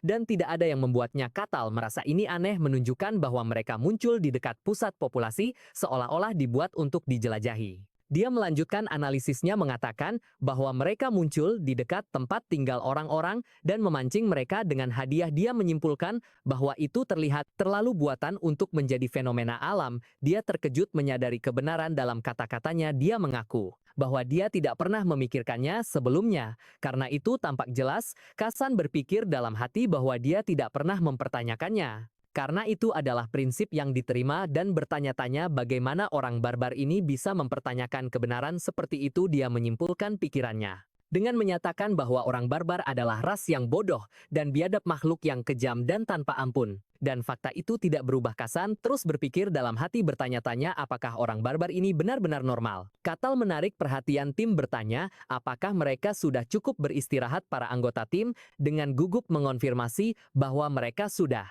Katal dengan riang memberitahu mereka bahwa mereka harus berangkat lagi. Tim menjelajah lebih dalam ke dungeon. Mereka menemukan sesuatu dan Katal bertanya tentang itu. Kasan menjelaskan bahwa itu adalah peti harta karun, salah satu hadiah labirin, dan memberitahu Katal dia bisa memilikinya jika dia bisa membukanya. Menambahkan bahwa membuka peti level ini membutuhkan pencuri terampil dengan kemampuan membuka kunci yang terbukti. Kasan mengeluh bahwa seorang pencuri dengan keahlian seperti itu tidak perlu masuk ke dungeon. Sejak awal menyarankan mereka harus meninggalkannya. Tetapi Katal hanya menyuruh Kasan untuk membukanya. Kasan terkejut. Katal menunjukkan bahwa ini adalah peti harta karun, dan Kasan adalah seorang pencuri. Katal dengan antusias menjelaskan bahwa membuka peti harta karun adalah esensi dari pekerjaan seorang pencuri dan dia bersemangat untuk melihat keahlian seorang pencuri secara langsung. Kasan berpikir bahwa Katal tidak salah, tetapi ada masalah. Jika dia bisa melakukannya, dia tidak akan berada di sini. Sejak awal, perjuangan batinnya mengungkapkan kurangnya kepercayaan dirinya. Dia hanyalah pencuri rendahan yang bahkan tidak diakui oleh guild pencuri, dan dia sebenarnya tidak memiliki keahlian membuka kunci. Dia tidak bisa memberitahu Katal yang sebenarnya. Takut antisipasi di matanya akan berubah menjadi kekecewaan. Katal turun tangan ketika melihat keraguannya. Bertanya, apakah dia tidak mampu melakukan hal ini. Menyebutnya tidak berguna didorong oleh rasa takut. Kasan setuju untuk mencoba saat dia bekerja. Dia merasakan tatapan tajam Katal dari belakangnya, berpikir dengan ngeri bahwa dia tidak akan selamat jika gagal. Dia dengan putus asa mencoba mengingat skill yang dia lihat digunakan pencuri lain saat bekerja sebagai porternya. Dia mempertaruhkan nyawanya dan fokus. Dengan sekuat tenaga, Katal menatapnya bingung dengan usahanya yang begitu keras. Dengan bunyi klik, Kasan berhasil mengumumkannya dengan berlinang air mata di matanya bahwa peti itu terbuka. Yes mengungkapkan kekaguman tulusnya, mengatakan itu luar biasa. Dan bahwa dia tidak pernah menyangka akan melihat seorang pencuri ahli membuka peti harta karun sendiri. Katal memberinya selamat atas pekerjaannya yang mengesankan. Kasan mengalami momen krisis eksistensial. Dia selalu bangga pada dirinya sendiri karena melakukan yang terbaik untuk bertahan hidup, tetapi pada saat ini dia mempertanyakan keyakinan ini untuk pertama kalinya dalam hidupnya. Bertanya-tanya apakah dia benar-benar telah melakukan yang terbaik selama ini. Dan dengan itu Kasan kehilangan harga dirinya. Katal bertanya tentang nilai harta karun itu dan Kasan memperkirakan itu cukup untuk sebuah keluarga biasa hidup dengan nyaman selama sekitar sebulan. Katal meminta Kasan untuk mengatur hadiahnya. Saat Kasan mulai memilah harta karun itu, dia tiba-tiba berteriak ketakutan. Tim dengan hati-hati maju dan melanjutkan perjalanan mereka. Mereka menemukan kerangka lain tergeletak di tanah dan Katal menyuruh mereka menunggu. Katal memperhatikan ada 4 tengkorak dan menyimpulkan ada total 4 kerangka. Dan mengumumkan bahwa dia akan mengurus 3 dari mereka. Tim tertegun. Katal memberitahu mereka sambil tersenyum bahwa dia akan menyisakan kerangka terakhir untuk mereka. Kasan sadar ini adalah pertarungan sungguhan dan sebuah ujian bagi mereka dan anggota tim lainnya mengerti situasinya. Dan setuju para kerangka mulai menyusun diri mereka dari tumpukan tulang sebuah pemandangan yang menurut Kasan mengerikan keempat kerangka itu. Bangkit untuk menghadapi mereka. Kasan memerintahkan semua orang untuk menyerang dan sang priestess Hais mulai merapalkan doanya para kerangka itu menyerbu ke arah mereka. Saat satu kerangka melompat ke arah Kasan Katal, menangkap sisa kerangka lainnya memberitahu mereka untuk tidak merusak pemandangan langka ini sebuah kerangka. Menyerang Alessandro yang menangkisnya dengan perisai. Alessandro menghindari serangan itu dan Kasan melompat untuk menyerang kerangka yang sama. Dia telah merapalkan mantra bayangan ilusi yang mengenai kerangka itu dan membuatnya terhuyung-huyung. Katal menonton dan tertawa. Ia berkomentar bahwa jarang sekali melihat contoh pertarungan party terorganisir seperti di buku teks. Dia melenyapkan ketiga kerangka itu di tangannya dan kemudian berkata dia sekarang bisa menikmati pertunjukan itu. Kasan terus mencoba menyerang kerangka tersebut. Para anggota tim menyadari bahwa Katal sedang menguji mereka. Kerangka terakhir yang disisakan untuk tim tampak bingung setelah teman-temannya menghilang. Kasan berpikir dalam hati bahwa jika mereka menunjukkan kelemahan, mereka akan mati setelah pertempuran berakhir. Tim tampak sangat kelelahan. Katal berpikir bahwa mereka yang datang ke padang salju. Semuanya kuat. Tim terus maju dan meskipun monster di lantai ketiga juga kerangka. Berkat kepemimpinan Katal mereka maju tanpa banyak kesulitan sampai akhirnya mereka mencapai tujuan mereka. Mereka tiba di ruangan terdalam dungeon. Di sana mereka menemukan bos dungeon, seorang satria kerangka yang duduk di atas tahta. Hayes terkejut, bertanya-tanya mengapa makhluk seperti itu ada di sini. Katal bertanya, apakah monster ini berbeda dari yang lain dan Hayes mengonfirmasi bahwa itu sangat kuat. Dia menjelaskan bahwa ksatria kerangka adalah lawan yang hanya bisa dihadapi oleh mereka yang berada di level ksatria dan monster ini di luar kemampuan mereka untuk menanganinya. Lalu bertanya apa yang akan terjadi jika mereka memutuskan untuk kembali. Kasan menjelaskan bahwa dalam kasus itu, wilayah tersebut akan melakukan investigasi. Dan jika mereka menemukan keputusan itu masuk akal, masalahnya biasanya akan diselesaikan tanpa kendala. Katal menggambarkan keputusan tim untuk mundur sebagai hal yang masuk akal. Ksatria kerangka yang duduk di tahtanya memancarkan energi yang menakutkan. Katal mendekatinya, mengagumi bahwa itu adalah kerangka yang dapat mempertahankan wujudnya sendiri. Satria kerangka itu bangkit dari tahtanya dan menggambar pedangnya. Dia memperingatkan akan bahaya itu. Dia mencoba memblokir serangan yang dilepaskan dengan perisai, tetapi hancur. Jadi Alessandro ikut campur untuk memblokir serangan dengan perisainya. Gelombang kejut membuat anggota tim terlempar, tetapi Katale tetap berdiri tidak terpengaruh. Alessandro mengungkapkan ketidakpercayaannya terhadap kekuatan serangan tunggal itu. Kesatria skeletal berlari menuju Katale. Katale dengan tenang mengamati pendekatannya. Dengan satu serangan dia sepenuhnya menghancurkannya dan kesatria skeletal hancur sepenuhnya. Sisa tim benar-benar terkejut. Katal mengibaskan tangannya dan hanya bertanya, apakah itu saja? Peti harta baru muncul dan Katal memanggil Kasan.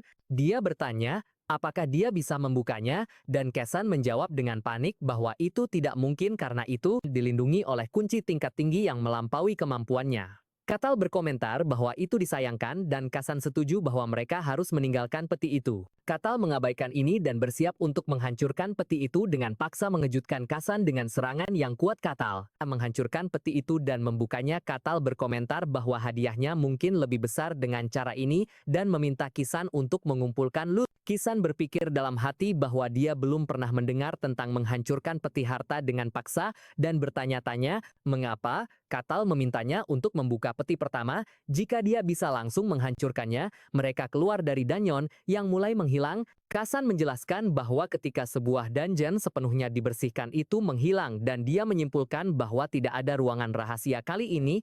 Konsep ruangan rahasia menarik perhatian Katal dan Kasan memberitahunya bahwa mereka ada, tetapi langkah yang Katal anggap menarik. Kapten penjaga menunggu mereka terkejut dengan kembalinya yang cepat. Kapten bertanya tentang dungeon dan Katal menjawab bahwa itu sangat memuaskan. Kapten memberitahu mereka bahwa dia akan mengikuti prosedur keluar dan meminta mereka untuk menemaninya satu persatu. Pendeta ditanyai terlebih dahulu dan dia melaporkan tidak ada masalah besar. Kapten penjaga bertanya padanya apakah dia berpikir bahwa barbar bisa tinggal di wilayah itu. Kapten penjaga berpikir dalam hati, ragu tentang keputusan untuk membiarkan barbar tinggal, mencatat bahwa ambiguitasnya hanya muncul ketika dia dibicarakan. Dia menyimpulkan bahwa membersihkan dungeon hanyalah sarana dan tujuan sebenarnya adalah untuk mengekspos individu berbahaya selama interogasi. Kasan dia menyebutkan bahwa Katal tidak terlihat seperti tipe yang menyebabkan masalah. Alessandro melaporkan bahwa barbar itu sangat kuat, tetapi tidak melukai siapapun. Dia menyimpulkan bahwa dia sepenuhnya berbeda dari barbar biasa. Ketika Kettle ditanya, dia memuji anggota timnya. Memuji Kason atas kerja bagusnya dalam menjinakkan jebakan dan mencoba membuka peti Alessandro karena mempertahankan garis depan sebagai seorang pejuang, dan dia memiliki doanya yang mendukung mereka dalam pertempuran. Kapten menemukan pujian timbal balik ini tidak biasa. Karena orang asing yang dipaksa bekerja sama biasanya tidak berakhir dengan memuji satu sama lain. Kapten membuat keputusannya dan memberi mereka izin untuk masuk, tetapi memperingatkan mereka bahwa mereka akan diusir jika mereka menyebabkan masalah. Dia kemudian memberi mereka hadiah untuk membersihkan dungeon dan meminta mereka untuk membaginya di antara mereka sendiri. Yang mengesankan, Kasan yang mencatat bahwa penjaga kadang-kadang mengambil hadiah untuk diri mereka sendiri. Katal dengan ceria mengumumkan bahwa hadiah harus dibagi secara adil. Anggota lainnya bingung dan menolak bagian mereka. Mengatakan bahwa mereka baik-baik saja tanpanya, tetapi Katal bersikeras bahwa mereka telah membersihkan dungeon sebagai tim, jadi hadiahnya harus dibagi secara adil, dan dia tidak menerima keberatan. Dia kemudian dengan antusias menyarankan mereka merayakan dengan minum di tavern terdekat. Tim setuju dengan gugup, tetapi mereka sebenarnya sangat ketakutan dan berharap mereka bisa pulang dengan aman saat tim memasuki wilayah. Kapten memikirkan laporan yang akan dia buat. Dengan fokus pada fakta bahwa seorang barbar telah mengalahkan kesatria skeletal dalam satu serangan, dia menyimpulkan bahwa Ketal bukanlah barbar biasa, tetapi sangat kuat setidaknya pada tingkat kesatria, dan bahwa dia adalah makhluk legendaris dan anomali. Kapten memerintahkan salah satu bawahannya untuk menjaga gerbang, sementara dia pergi melapor kepada Tuan. Kapten memasuki ruang tahta untuk menyampaikan laporannya. Tuan dari wilayah Barken, Luke Barken, menanyakannya tentang masalah tersebut. Kapten memberitahunya tentang munculnya seorang barbar di wilayah tersebut. Ketika Tuan bertanya apakah dia memberinya izin untuk masuk, Kapten mengonfirmasi, menjelaskan bahwa dia tidak melihat masalah besar dengan keberadaannya. Tuan bertanya apa masalahnya. Kemudian Kapten menjelaskan bahwa masalahnya adalah barbar tersebut sangat kuat sehingga bisa menjadi masalah. Tuan bertanya seberapa kuat dia. Kapten memberitahunya bahwa dia mengalahkan seorang kesatria skeletal dalam satu serangan. Tuan mengulangi informasi ini dengan mencatat bahwa mengalahkan monster seperti itu membutuhkan setidaknya kekuatan seorang kesatria. Dia merenungkan sifat barbar sebagai makhluk sederhana, tidak berpendidikan yang menyelesaikan segalanya dengan kekuatan kasar. Dia menyimpulkan bahwa Ketal setidaknya berada di peringkat pertama, dan Kapten mengonfirmasi bahwa ini adalah skenario yang paling mungkin tanpa menutup kemungkinan bahwa dia bahkan lebih kuat. Tuan mempertimbangkan bahwa kehadiran seorang pejuang yang begitu kuat, seorang barbar yang percaya bahwa kekuatan adalah kebenaran, akan menyebabkan sakit kepala. Dia memerintahkan agar dia dipanggil. Dia menjelaskan bahwa hanya dengan kehadiran seseorang yang begitu kuat, berkeliaran di wilayah tersebut adalah risiko tersendiri, dan bahwa dia lebih suka melihatnya sendiri meskipun ada potensi bahaya. Ketika Kapten mengungkapkan kekhawatiran untuk keselamatan tuannya, yang terakhir meyakinkannya bahwa dia memiliki kesatrianya sendiri. Seorang kesatria besar yang terarmor muncul di belakang tahta, mengejutkan Kapten. Tuan Barkin meminta pendapat kesatrianya. Kesatria itu dengan percaya diri menjawab bahwa meskipun Katal mungkin kuat, dia masih hanya seorang barbar yang tidak berpengetahuan dan tidak akan sebanding dengan keterampilan pedang yang dia pelajari langsung dari seorang master pedang besar. Tuan memutuskan bahwa dia akan berbicara langsung dengan barbar tersebut dan memerintahkan agar dia dipanggil. Sementara itu Katal sedang merayakan dengan timnya di sebuah tavern. Sisa tim terlihat sangat lelah oleh nafsu makan Katal yang besar untuk makanan dan minuman. Katal berkomentar bahwa makanannya lezat dan tempatnya tenang, dan memberitahu mereka untuk makan apapun yang mereka suka di atas biaya. Dia berbalik kepada Alessandro dan memverifikasi bahwa dia adalah seorang paladin. Dia kemudian bertanya jenis kekuatan suci apa yang dia gunakan karena dia tidak melihatnya menggunakannya di dalam penjara. Alessandro dengan gugup menjelaskan bahwa dia masih dalam fase pelatihan dan kekuatan ilahinya belum terbangun. Katal berkomentar bahwa ini disayangkan, dan kemudian bertanya kepada pendeta Hais, apakah ada kuil untuk dewa Kalusianya di dekat Hias. Itu menjawab bahwa dia tidak berpikir begitu, karena dewanya tidak diterima secara luas. Dijelaskan bahwa Calusia adalah dewa kebohongan dan penipuan makhluk terasing dan ditolak oleh masyarakat umum. Hyas bertanya kepada Ketal seberapa kuat. Dia sebenarnya Katal menjawab bahwa dia tidak yakin tentang peringkatnya karena dia baru saja meninggalkan ladang salju dan sebagai balasannya bertanya kepada mereka tentang kekuatan kesatria skeletal. Hyas menjelaskan bahwa untuk menghadapi kesatria skeletal, seseorang harus setidaknya berada di peringkat kedua dan untuk mengalahkannya dalam satu serangan seperti yang dilakukan, Katal seseorang harus berada di peringkat pertama. Katal menyimpulkan bahwa tingkat kekuatannya dianggap peringkat kedua. Pada saat itu pemilik tavern yang panik menginterupsi mereka mengumumkan bahwa tavern akan segera tutup ketakutan oleh kehadiran barbar tersebut. Katal meminta maaf dan menyuruh semua orang pergi ketika dia bertanya apakah mereka punya rencana lain. Mereka semua dengan panik menegaskan bahwa mereka sangat sibuk. Katal mengungkapkan penyesalannya dan mengucapkan selamat tinggal berharap bisa bertemu mereka lagi, tapi pikiran mereka semua adalah bahwa mereka tidak pernah mau melihatnya lagi. Kemudian Katal sedang beristirahat di tempat tidur di sebuah penginapan. Dia bersyukur bisa menyewa penginapan itu berkat hadiah dari dungeon. Dia menganggap tempat ini surga dibandingkan dengan padang salju. Dia memikirkan perjalanan panjangnya untuk mencapai peradaban. Dan keinginannya untuk menjelajah lebih jauh. Dia memutuskan ingin pergi bertualang dan mempertimbangkan tujuan seperti Suaka Elf, menara sihir dan ibu kota kerajaan. Dia terbangun oleh ketukan keras di pintu. Kapten penjaga ada di pintu dan meminta maaf karena telah membangunkannya. Sang kapten memberitahunya bahwa Tuan ingin menemuinya secara pribadi. Katal tertarik karena penguasa tanah ini ingin bertemu dengannya. Dia dengan riang setuju sambil berpakaian. Sang kapten bingung dengan persetujuannya yang begitu mudah. Bertanya-tanya, apakah dia datang ke tempat yang benar saat Katal berjalan melewati wilayah itu yang sebelumnya hanya dia lihat di malam hari. Dia merasa pemandangan di siang hari benar-benar indah. Dia berpikir dengan gembira bahwa jika ini adalah jenis fantasi keberuntungan yang akan dia alami, dia akan menyambutnya kapan saja. Penjaga yang menemaninya bingung dan memutuskan dia harus mengalihkan perhatian Katal sebanyak mungkin. Kapten penjaga mengumumkan kedatangan si barbarian kepada sang tuan yang memerintahkan agar dia dibawa masuk. Katal memasuki ruang takhta. Lord Luke Barkin, penguasa wilayah Barkin di kerajaan Gehentra, menyambutnya.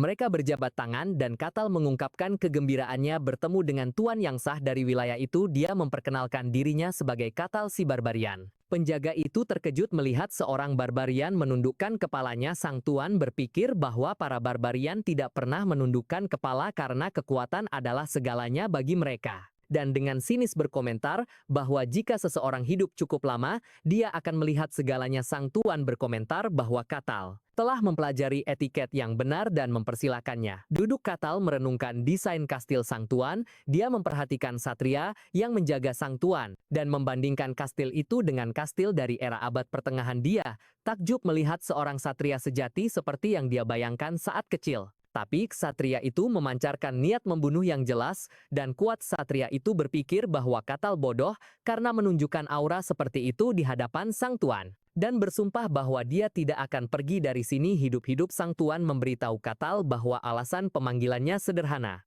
Dia ingin mengkonfirmasi beberapa hal. Katal setuju dan bertanya apa yang ingin dikonfirmasi oleh sang tuan. Ketika sang tuan bertanya tentang asalnya, Katal menjawab bahwa dia berasal dari tempat terdingin di dunia, sebuah dunia yang tertutup warna putih. Dia menjelaskan bahwa dia berasal dari padang salju putih. Yang mengejutkan sang tuan dan satrianya, sang tuan menyadari bahwa Katal benar-benar seorang barbarian dari legenda. Sebuah fakta yang sulit diterima. Katal menambahkan bahwa itu adalah tempat yang mengerikan dan apakah sang tuan menerima fakta ini atau tidak adalah pilihannya. Sang tuan mengubah topik pembicaraan dan menanyakan pertanyaan lain tentang seberapa kuat Katal. Katal mengulangi pertanyaan itu dengan cara berbeda, mengatakan yang penting adalah seberapa berbahayanya kekuatannya. Dia menjawab bahwa itu pertanyaan yang salah karena dia tidak tahu standarnya. Di luar padang salju, sang tuan menyarankan cara untuk mengetahui kekuatannya, sebuah duel dengan salah satu ksatrianya. Dengan janji hadiah yang besar, Katal mengulangi kata duel, dan sang tuan mengkonfirmasi itu bukan pertarungan sampai mati. Katal tersenyum dan berkata, dia menyukai ide itu, merasa bersemangat hanya dengan memikirkan berduel dengan seorang satria. Pikirannya mengungkapkan kegembiraannya yang luar biasa. Bukan hanya untuk berduel dengan seorang satria, tetapi seorang satria dari dunia fantasi, sosok yang menggunakan kekuatan dan aura misterius, pikir Katal. Dengan bersemangat bahwa dia sangat menantikan duel ini, menganggapnya sebagai kesempatan untuk menyaksikan keterampilan seorang kesatria secara langsung. Sebagai perbandingan, Lord Barkin berpikir bahwa meskipun Katal sopan seorang barbar, tetaplah seorang barbar dan sifat binatangnya yang menikmati pertarungan tidak berubah. Kedua petarung mendapati diri mereka di arena duel yang besar. Lord mengumumkan dimulainya pertandingan dengan harapan bahwa tidak ada darah yang akan tumpah. Kesatria itu dengan angkuh memberitahu Katal untuk menganggapnya sebagai suatu kehormatan untuk menyaksikan keahlian pedangnya. Katal menjawab bahwa dia tentu berharap demikian. Kesatria itu marah dengan ketenangan Katal dan bersumpah untuk menunjukkan perbedaan keterampilan yang sangat besar. Sang satria melancarkan serangannya, pedangnya seolah menjadi tiga. Katal terkejut dengan teknik ini dan menyadari itu bukan sekadar ilusi, dan bahwa ketiga pedang itu nyata dan bertanya-tanya apakah ini ilmu pedang. Sang satria terkesan dengan kemampuan Katal untuk menghindari serangannya dengan selisih tipis, tapi tidak melihat perlunya untuk menindaklanjuti. Hanya dengan satu jentikan jari Katal pedang itu hancur berkeping-keping dan sang satria bingung bertanya-tanya apa itu tadi. Sebelum dia bisa menyadarinya, Katal mencengkeram wajahnya, dia melemparkannya, dan sang satria dikalahkan dalam satu serangan. Sang tuan benar-benar terkejut menyadari bahwa seorang satria peringkat pertama telah dikalahkan dalam satu serangan, dan mengagumi kekuatan Katal yang luar biasa. Katal bertanya apakah pertandingan sudah selesai. Sang tuan yang terkejut membenarkannya. Sang tuan menilai situasi dalam benaknya seorang barbar mengalahkan satria peringkat pertama dalam satu serangan. Kekuatannya sangat mengerikan. Setidaknya setingkat supernatural dan kedalaman kekuatannya masih belum diketahui. Dia menyimpulkan bahwa seorang barbar dengan kekuatan seperti itu bisa mengacaukan keseimbangan kekuatan di dunia. Dia memutuskan sudah waktunya untuk memberitahu orang itu, salah satu dari sedikit orang di dunia yang menyandang gelar Master Pedang. Sang tuan merenungkan kedatangan Master Pedang, bertanya-tanya apakah dia akan tertarik dengan masalah ini. Tiba-tiba seorang pria tua berambut putih muncul di kamar sang tuan. Sang tuan tertawa, mengatakan bahwa selera sang master pedang aneh seperti biasanya, dan yang lain menjawab bahwa seseorang butuh hiburan dalam hidup. Sang master pedang yang dipanggil Kane meminta sang tuan untuk menceritakan kepadanya tentang masalah menarik ini. Tuan Barkan menyambut master pedang Kane, menyatakan kehormatannya atas kunjungannya yang mendadak. Sementara itu, ksatria yang menghadapi Katal sedang memulihkan diri di tempat tidurnya. Sang tuan mengunjunginya dan menanyakan kesehatannya. Sang ksatria meminta maaf dan mengatakan dia akan baik-baik saja dalam beberapa hari. Master pedang Kane muncul dan memarahi muridnya, mengatakan dia seharusnya meminta maaf kepadanya karena kalah dari seorang barbar tak dikenal. Kane memeriksa muridnya dan menyadari bahwa muridnya tidak terluka. Dia berpikir bahwa dia melihat baju zirah muridnya hancur total dan dengan kondisinya akan wajar jika dia mati. Namun tubuhnya utuh. Kane bertanya-tanya apakah si barbar itu sengaja mengendalikan kekuatannya. Sang tuan setuju, menambahkan bahwa Katal bukan hanya seorang barbar yang gegabah, tetapi bisa mengendalikan kekuatannya dengan presisi yang luar biasa. Kane menyimpulkan bahwa menunjukkan pengendalian diri seperti itu berarti kekuatan Katal jauh melampaui level ksatria itu, dan bahwa dia setidaknya berada di tingkat supernatural. Kane tenggelam dalam pikirannya. Tuan Barkan meminta pendapatnya membandingkan kekuatan Katal dengan kekuatannya sendiri. Kane dengan percaya diri menjawab bahwa meskipun Katal kuat, dia adalah seorang master pedang dan bahkan kekuatan supernatural tidak bisa mencapainya. Namun Kane menyadari bahwa Katal tidak menggunakan aura namun memiliki kekuatan yang begitu besar. Dia setuju bahwa ini mustahil melalui cara biasa dan bertanya-tanya apakah ini adalah kekuatan kaum barbar dari Padang Salju Putih.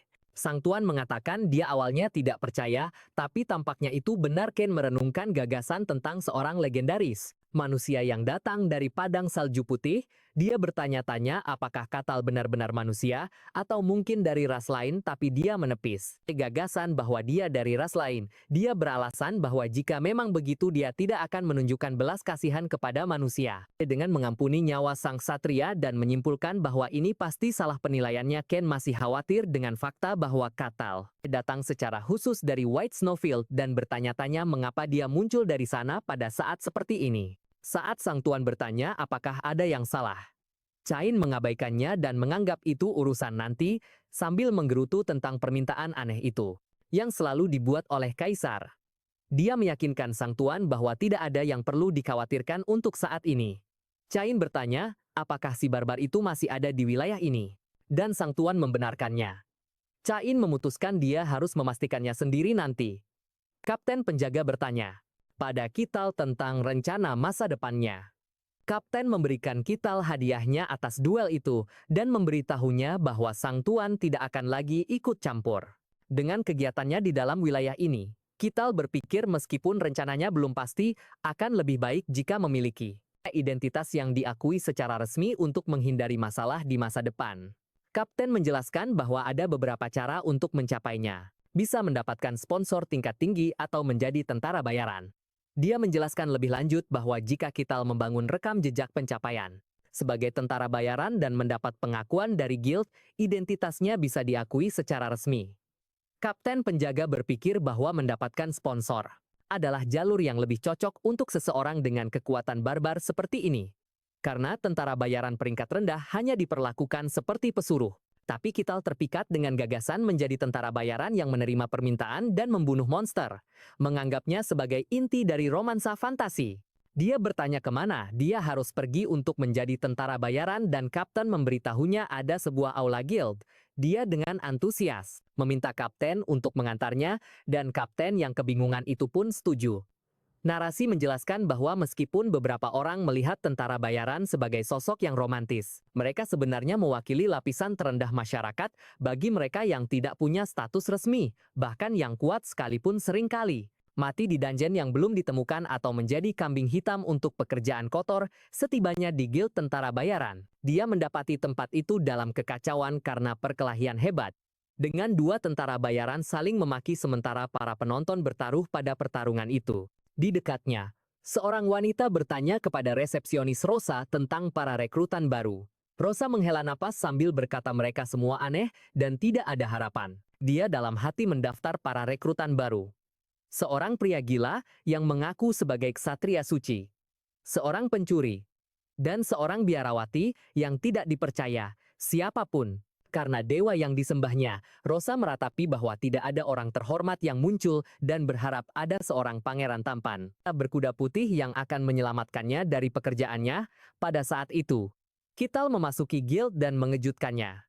Kital mengamati tempat itu dan mengenalinya sebagai aula guild. Pertarungan itu langsung berhenti dan semua orang menatap si barbar dengan kaget. Kital mendekati meja resepsionis dan mengumumkan keinginannya untuk menjadi tentara bayaran. Rosa yang gugup bertanya apa tujuannya melakukan itu. Kital menjelaskan bahwa dia punya berbagai alasan. Tapi dia dengar dia bisa mendapatkan status resmi dengan bekerja sebagai tentara bayaran. Rosa membenarkannya, tapi memperingatkannya bahwa dia akan membutuhkan rekam jejak pencapaian yang solid. Kital setuju, jadi Rosa mendaftarkannya dengan biaya 5 koin perak. Menanyakan nama dan usianya. Dia menyebutkan namanya Kital, tapi tidak tahu usianya. Jadi Rosa menuliskan perkiraan usia.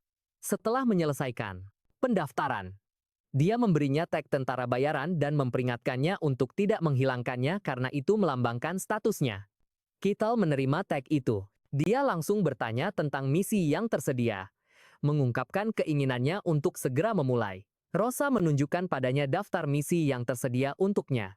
Kital terkejut saat mengetahui bahwa daftar itu hanya berisi misi peringkat F, seperti mengumpulkan tanaman herbal, membersihkan ruang bawah tanah, hutan dan jalanan, serta patroli jaga malam. Rosa dengan gugup menjelaskan bahwa karena saat ini dia adalah tentara bayaran peringkat F. Hanya tugas-tugas inilah yang tersedia untuknya, dan dia khawatir Kital akan marah karena harga dirinya sebagai seorang barbar. Saat dia mulai menjelaskan bahwa dia akan bisa mengambil tugas yang lebih sulit setelah membangun catatan kerja, Kital memotongnya. Mengatakan dia akan mengambil salah satu misi. Dia menunjuk ke misi mengumpulkan ramuan. Rosa terkejut dan bertanya apakah dia yakin dan Kital menjawab bahwa selama itu adalah pekerjaan yang harus dilakukan, tidak ada masalah. Kital bertanya, di mana menemukan ramuan yang dibutuhkan untuk misinya? Sang resepsionis Rosa menjelaskan bahwa dia harus pergi ke luar desa dan menunjukkan padanya gambar dari yang dibutuhkan. Tanaman. Kital mengonfirmasi pemahamannya dan mengatakan dia akan segera kembali. Yang dijawab Rosa dengan ragu-ragu.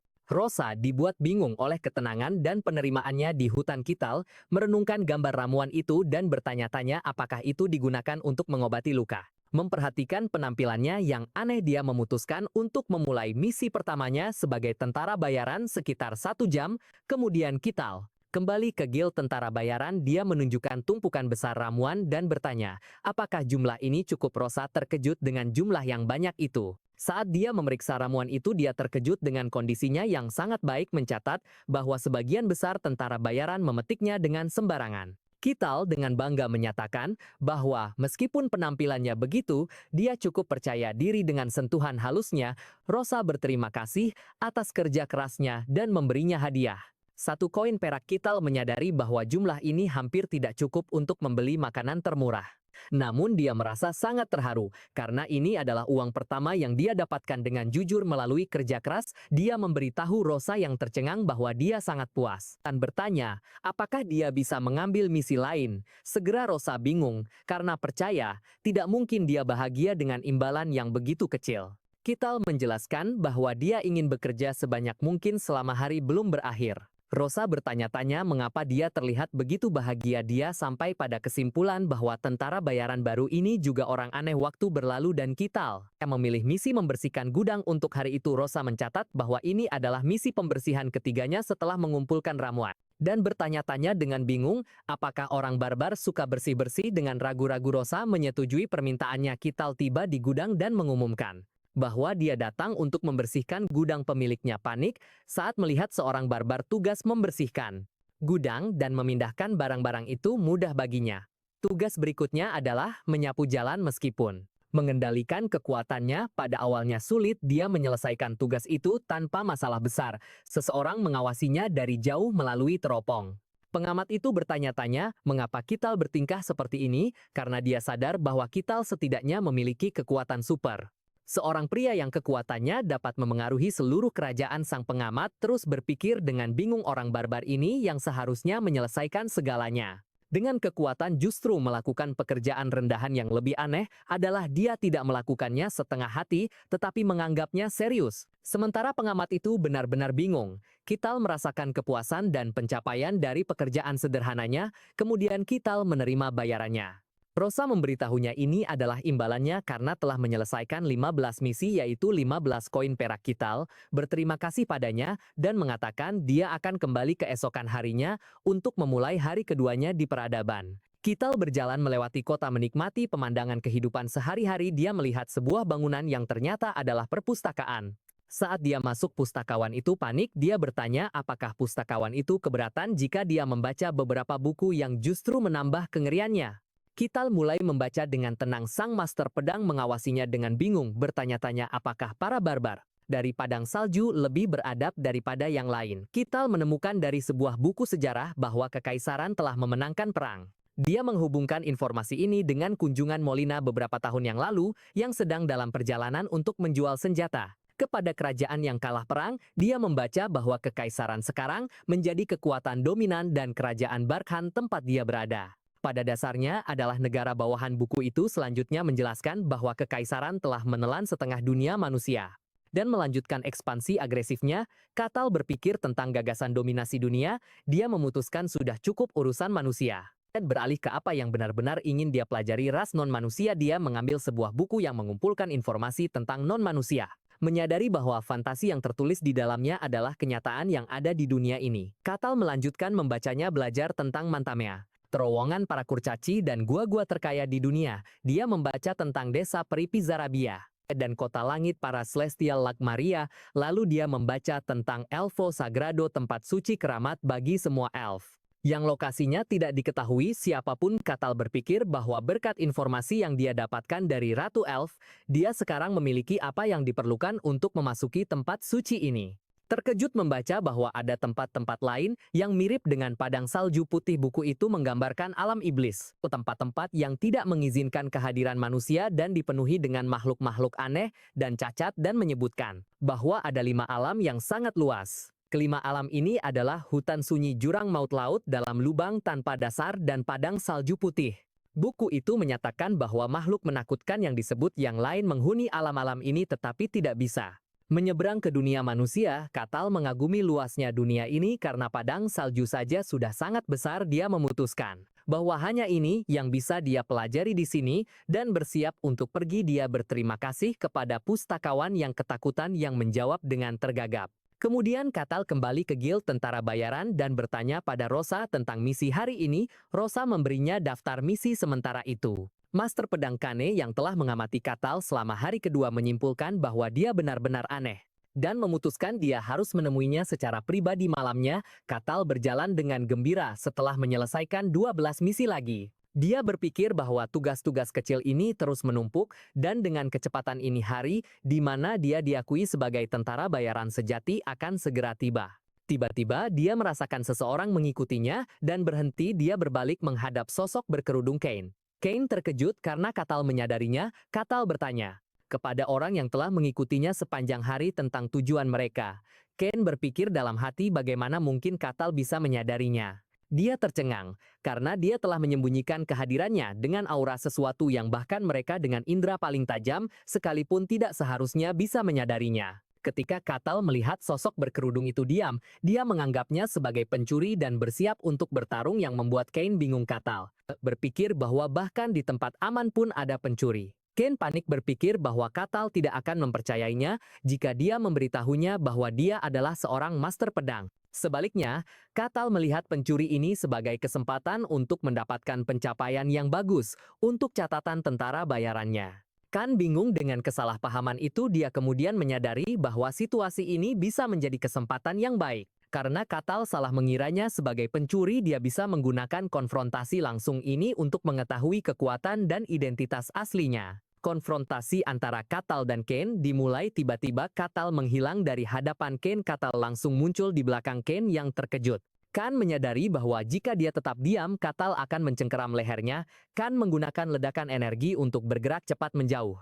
Dan Katal mengomentari kecepatannya. Kane terkejut menyadari dia hampir tertangkap, dan yang lebih mengejutkan lagi, dia tidak merasakan aliran aura dari Katal. Katal merasa menarik bahwa Kane bisa bergerak begitu cepat hanya dengan tubuh manusia biasa. Kane memutuskan ini bukan lagi sebuah ujian, dan bahwa dia akan menggunakan seluruh kekuatannya. Kan menyerang, tetapi Katal dengan mudah menghindarinya. Kan terkejut lagi karena dia tidak bisa bereaksi bahkan setelah memperluas inderanya. Katal menangkap lengan Kane yang merasakan kekuatan luar biasa, seolah seluruh tubuhnya ditarik oleh kekuatan. Dalam rasa sakit dan tidak mampu menyamai kekuatannya, Kane memutuskan untuk melepaskan seluruh kekuatannya. Cahaya hijau Mona menyelimuti tubuh Kane mengejutkan Katal. Kekuatan itu memaksanya untuk mundur sementara Kane melihat energi di tangannya. Katal masih percaya bahwa Kane adalah pencuri dan berkomentar bahwa pencuri zaman sekarang memiliki berbagai teknik. Kane menyuruhnya untuk berhenti dengan omong kosong ini. Kane berpikir dalam hati, bagaimana Katal salah mengira mana yang terwujud tingkat yang hanya bisa dicapai oleh yang terbaik sebagai teknik pencuri. Dia menyimpulkan bahwa Katal benar-benar percaya ini. Kane menjelaskan pada dirinya sendiri bahwa mana yang terwujud dapat merobek baja padat dan tubuh manusia seharusnya hancur saat bersentuhan. Tetapi Katal tidak mendapatkan goresan sedikit pun. Kane takjub pada kemampuan Katal untuk menahan itu dengan tubuhnya yang telanjang. Sementara Katal berkomentar bahwa Kane menggunakan sesuatu yang menarik. Kane memutuskan untuk mengakhiri ini dan menarik pedangnya, tetapi Katal menghentikannya dengan jarinya sebelum dia bisa menariknya. Kane mencoba menarik pedang dengan sekuat tenaga melawan jari Katal, tetapi dia tidak mampu dan terkejut serta putus asa. Menyadari bahwa ini adalah akhir dari garisnya. Katal melihat Kane yang kalah berpikir bahwa inilah yang seperti pencuri di dunia fantasi ini. Kapten penjaga tiba di lokasi benar-benar bingung bertanya-tanya apa yang sedang terjadi dan mengapa Master Pedang Kane ada di sini. Ketika dia melihat situasinya, dia menganggap bahwa barbar telah menyerang Master Pedang. Katal memberitahunya bahwa dia telah menangkap pencuri ini. Kemudian sambil memegang Kane yang kalah, dia bertanya apakah menyerahkannya kepada para penjaga akan dihitung sebagai pengalaman kerja sebagai tentara bayaran. Kapten penjaga menyaksikan pemandangan itu dengan terkejut, tidak percaya bahwa Master Pedang Kane, seseorang yang telah mencapai peringkat transenden, telah ditangkap dengan cara yang begitu memalukan oleh barbar. Kapten mencoba menjelaskan bahwa Kane bukanlah pencuri, sementara Katal menganggap mereka adalah kenalan. Penjaga memberi hormat kepada Master Pedang Kane, satu-satunya Master Pedang di kerajaan Gahentra Katale. Bertanya dengan bingung, apakah pencuri ini memegang gelar yang begitu besar? Dia bersikeras bahwa Kane adalah pencuri yang menyerangnya untuk koin perak miliknya. Kapten menegaskan bahwa orang ini adalah Master Pedang dan bahwa dia tidak bisa salah mengenali wajahnya. Yang dijawab Katal dengan bertanya apakah dia seorang penyihir yang menggunakan mantra penyamaran. Kapten menjawab bahwa seorang penyihir tingkat tinggi yang bisa melakukan hal semacam itu akan dihormati sama seperti seorang master pedang mendorong Katal untuk bertanya-tanya apakah master pedang hanyalah nama lain untuk pencuri. Kapten sekali lagi menegaskan bahwa Kane benar-benar adalah master pedang. Kapten memutuskan dia harus melaporkan masalah ini kepada Tuan. Tuan terkejut bertanya-tanya apakah Master Kane telah kalah. Kemudian Katal merasa menyesal. Berpikir bahwa dia seharusnya mendengarkan seluruh cerita. Kane juga mengakui kesalahan mengatakan bahwa kesalahan ada padanya karena tidak mengatakan apa-apa. Dan keduanya duduk dalam suasana penyesalan bersama. Tuan berpikir dalam hati tidak percaya bahwa Kane dikalahkan oleh barbar. Dia menyimpulkan bahwa barbar ini lebih kuat dari Master Pedang. Dia menganalisis situasi. Mencatat bahwa meskipun ada berbagai tingkat di antara yang transenden dan Kane mungkin berada di peringkat terendah di antara mereka. Kekalahan seorang master pedang oleh seorang barbar tidak dapat dipercaya. Ini berarti Katal adalah kekuatan yang tidak terkendali. Tuan merasa situasi ini melelahkan dan memutuskan untuk menyisihkan dan membiarkan keduanya berbicara untuk mengklarifikasi kesalahpahaman di antara mereka. Dia membiarkan mereka berbicara dengan tenang. Cain merenungkan kekalahannya yang total merasa terhina dan lelah. Dia secara resmi memperkenalkan dirinya sebagai Kain sang master pedang saat Katal bertanya apakah master pedang adalah nama keluarganya. Kain menjelaskan bahwa begitu seseorang mencapai peringkat ini gelar manusia kehilangan artinya. Katal mengerti dan bertanya, apakah teknik yang dia gunakan adalah teknik seorang master pedang? Kain menunjukkan auranya, dan Katal terkesan lalu menyatakan bahwa sekarang, setelah dia tahu itu adalah teknik master pedang, dia merasa itu luar biasa. Kain menjelaskan bahwa ini adalah manifestasi dari kekuatan mistis, yang juga dikenal sebagai aura. Katal menyadari energi hijau yang dilihatnya tadi adalah aura dia. Dengan antusias bertanya bagaimana cara menggunakannya. Kain menjelaskan bahwa kekuatan mistis harus dikendalikan dan diwujudkan. Katal bertanya apakah kekuatan mistis itu seperti mana. Kain mengklarifikasi bahwa kekuatan mistis adalah energi misterius itu sendiri. Jika kau menggunakannya sebagaimana kau menjadi seorang penyihir, sementara menanganinya sebagai aura adalah yang membuat seorang ahli pedang setelah memahami bahwa baik penyihir maupun ahli pedang menggunakan kekuatan mistis. Katal dengan malu-malu mengakui bahwa dia masih kurang pengetahuan dan meminta Cain untuk mengajarinya tekniknya. Dia dengan memaksa meminta Cain untuk mengajarinya. Cain terkejut dengan permintaan itu, bertanya mengapa dia meminta bimbingan padahal dia yang lebih kuat. Katal menjawab bahwa jika Cain menggunakan pedangnya dalam pertarungan, mereka hasilnya mungkin akan berbeda. Katal menunjukkan kegembiraannya untuk belajar. Sementara Cain mengkhawatirkan harga dirinya mengantisipasi itu mungkin akan hancur lebih jauh. Katal berpikir bahwa apa yang dia pelajari dari dasar ilmu pedang di kehidupan masa lalunya tidak sebanding dengan seni ini. Inilah ilmu pedang fantasi sejati yang menggunakan aura misterius. Cain mulai menjelaskan menyatakan bahwa ciri khas dari aliran ilmu pedangnya adalah perwujudan ilusi dan kenyataan dan bertanya pada Katal apa yang dia lihat saat dia melawan muridnya. Katal menyadari ksatria yang dia kalahkan adalah murid Cain dan menjelaskan bagaimana pedangnya. Serangannya terbelah menjadi 3 serangan nyata. Katal mengerti bahwa inilah yang dimaksud dengan perwujudan. Cain menjelaskan bahwa alirannya lebih fokus pada teknik daripada kekuatan mentah. Dia menambahkan bahwa ilmu pedang adalah seni menyatukan pedang dengan aura untuk menggunakan kekuatan mistis. Dan orang yang mencapai akhir dari jalan ini disebut master pedang. Katal terpesona oleh aura itu sementara Cain masih tidak percaya. Dia mengajari seorang barbar. Cain memutuskan untuk menunjukkannya secara langsung daripada menjelaskan. Cain mendemonstrasikan tekniknya melancarkan serangan pedang yang kuat. Katal mengamati bahwa satu serangan pedang itu telah terbelah menjadi 5 serangan. Cain menjelaskan bahwa meskipun banyak teknik menggunakan aura untuk menciptakan ilusi, alirannya sendirilah yang membuat ilusi itu menjadi nyata. Ketika dia menanyakan pendapatnya tentang jurus itu, Katal dengan percaya diri menjawab bahwa dia pikir dia juga bisa melakukannya. Cain terkejut dan menyebut kata-katanya omong kosong. Cain berpikir bahwa dia mendedikasikan seluruh hidupnya untuk mencapai level ini. Dan tidak mungkin bagi Katal untuk menirunya hanya dengan melihatnya sekali. Katal berkata,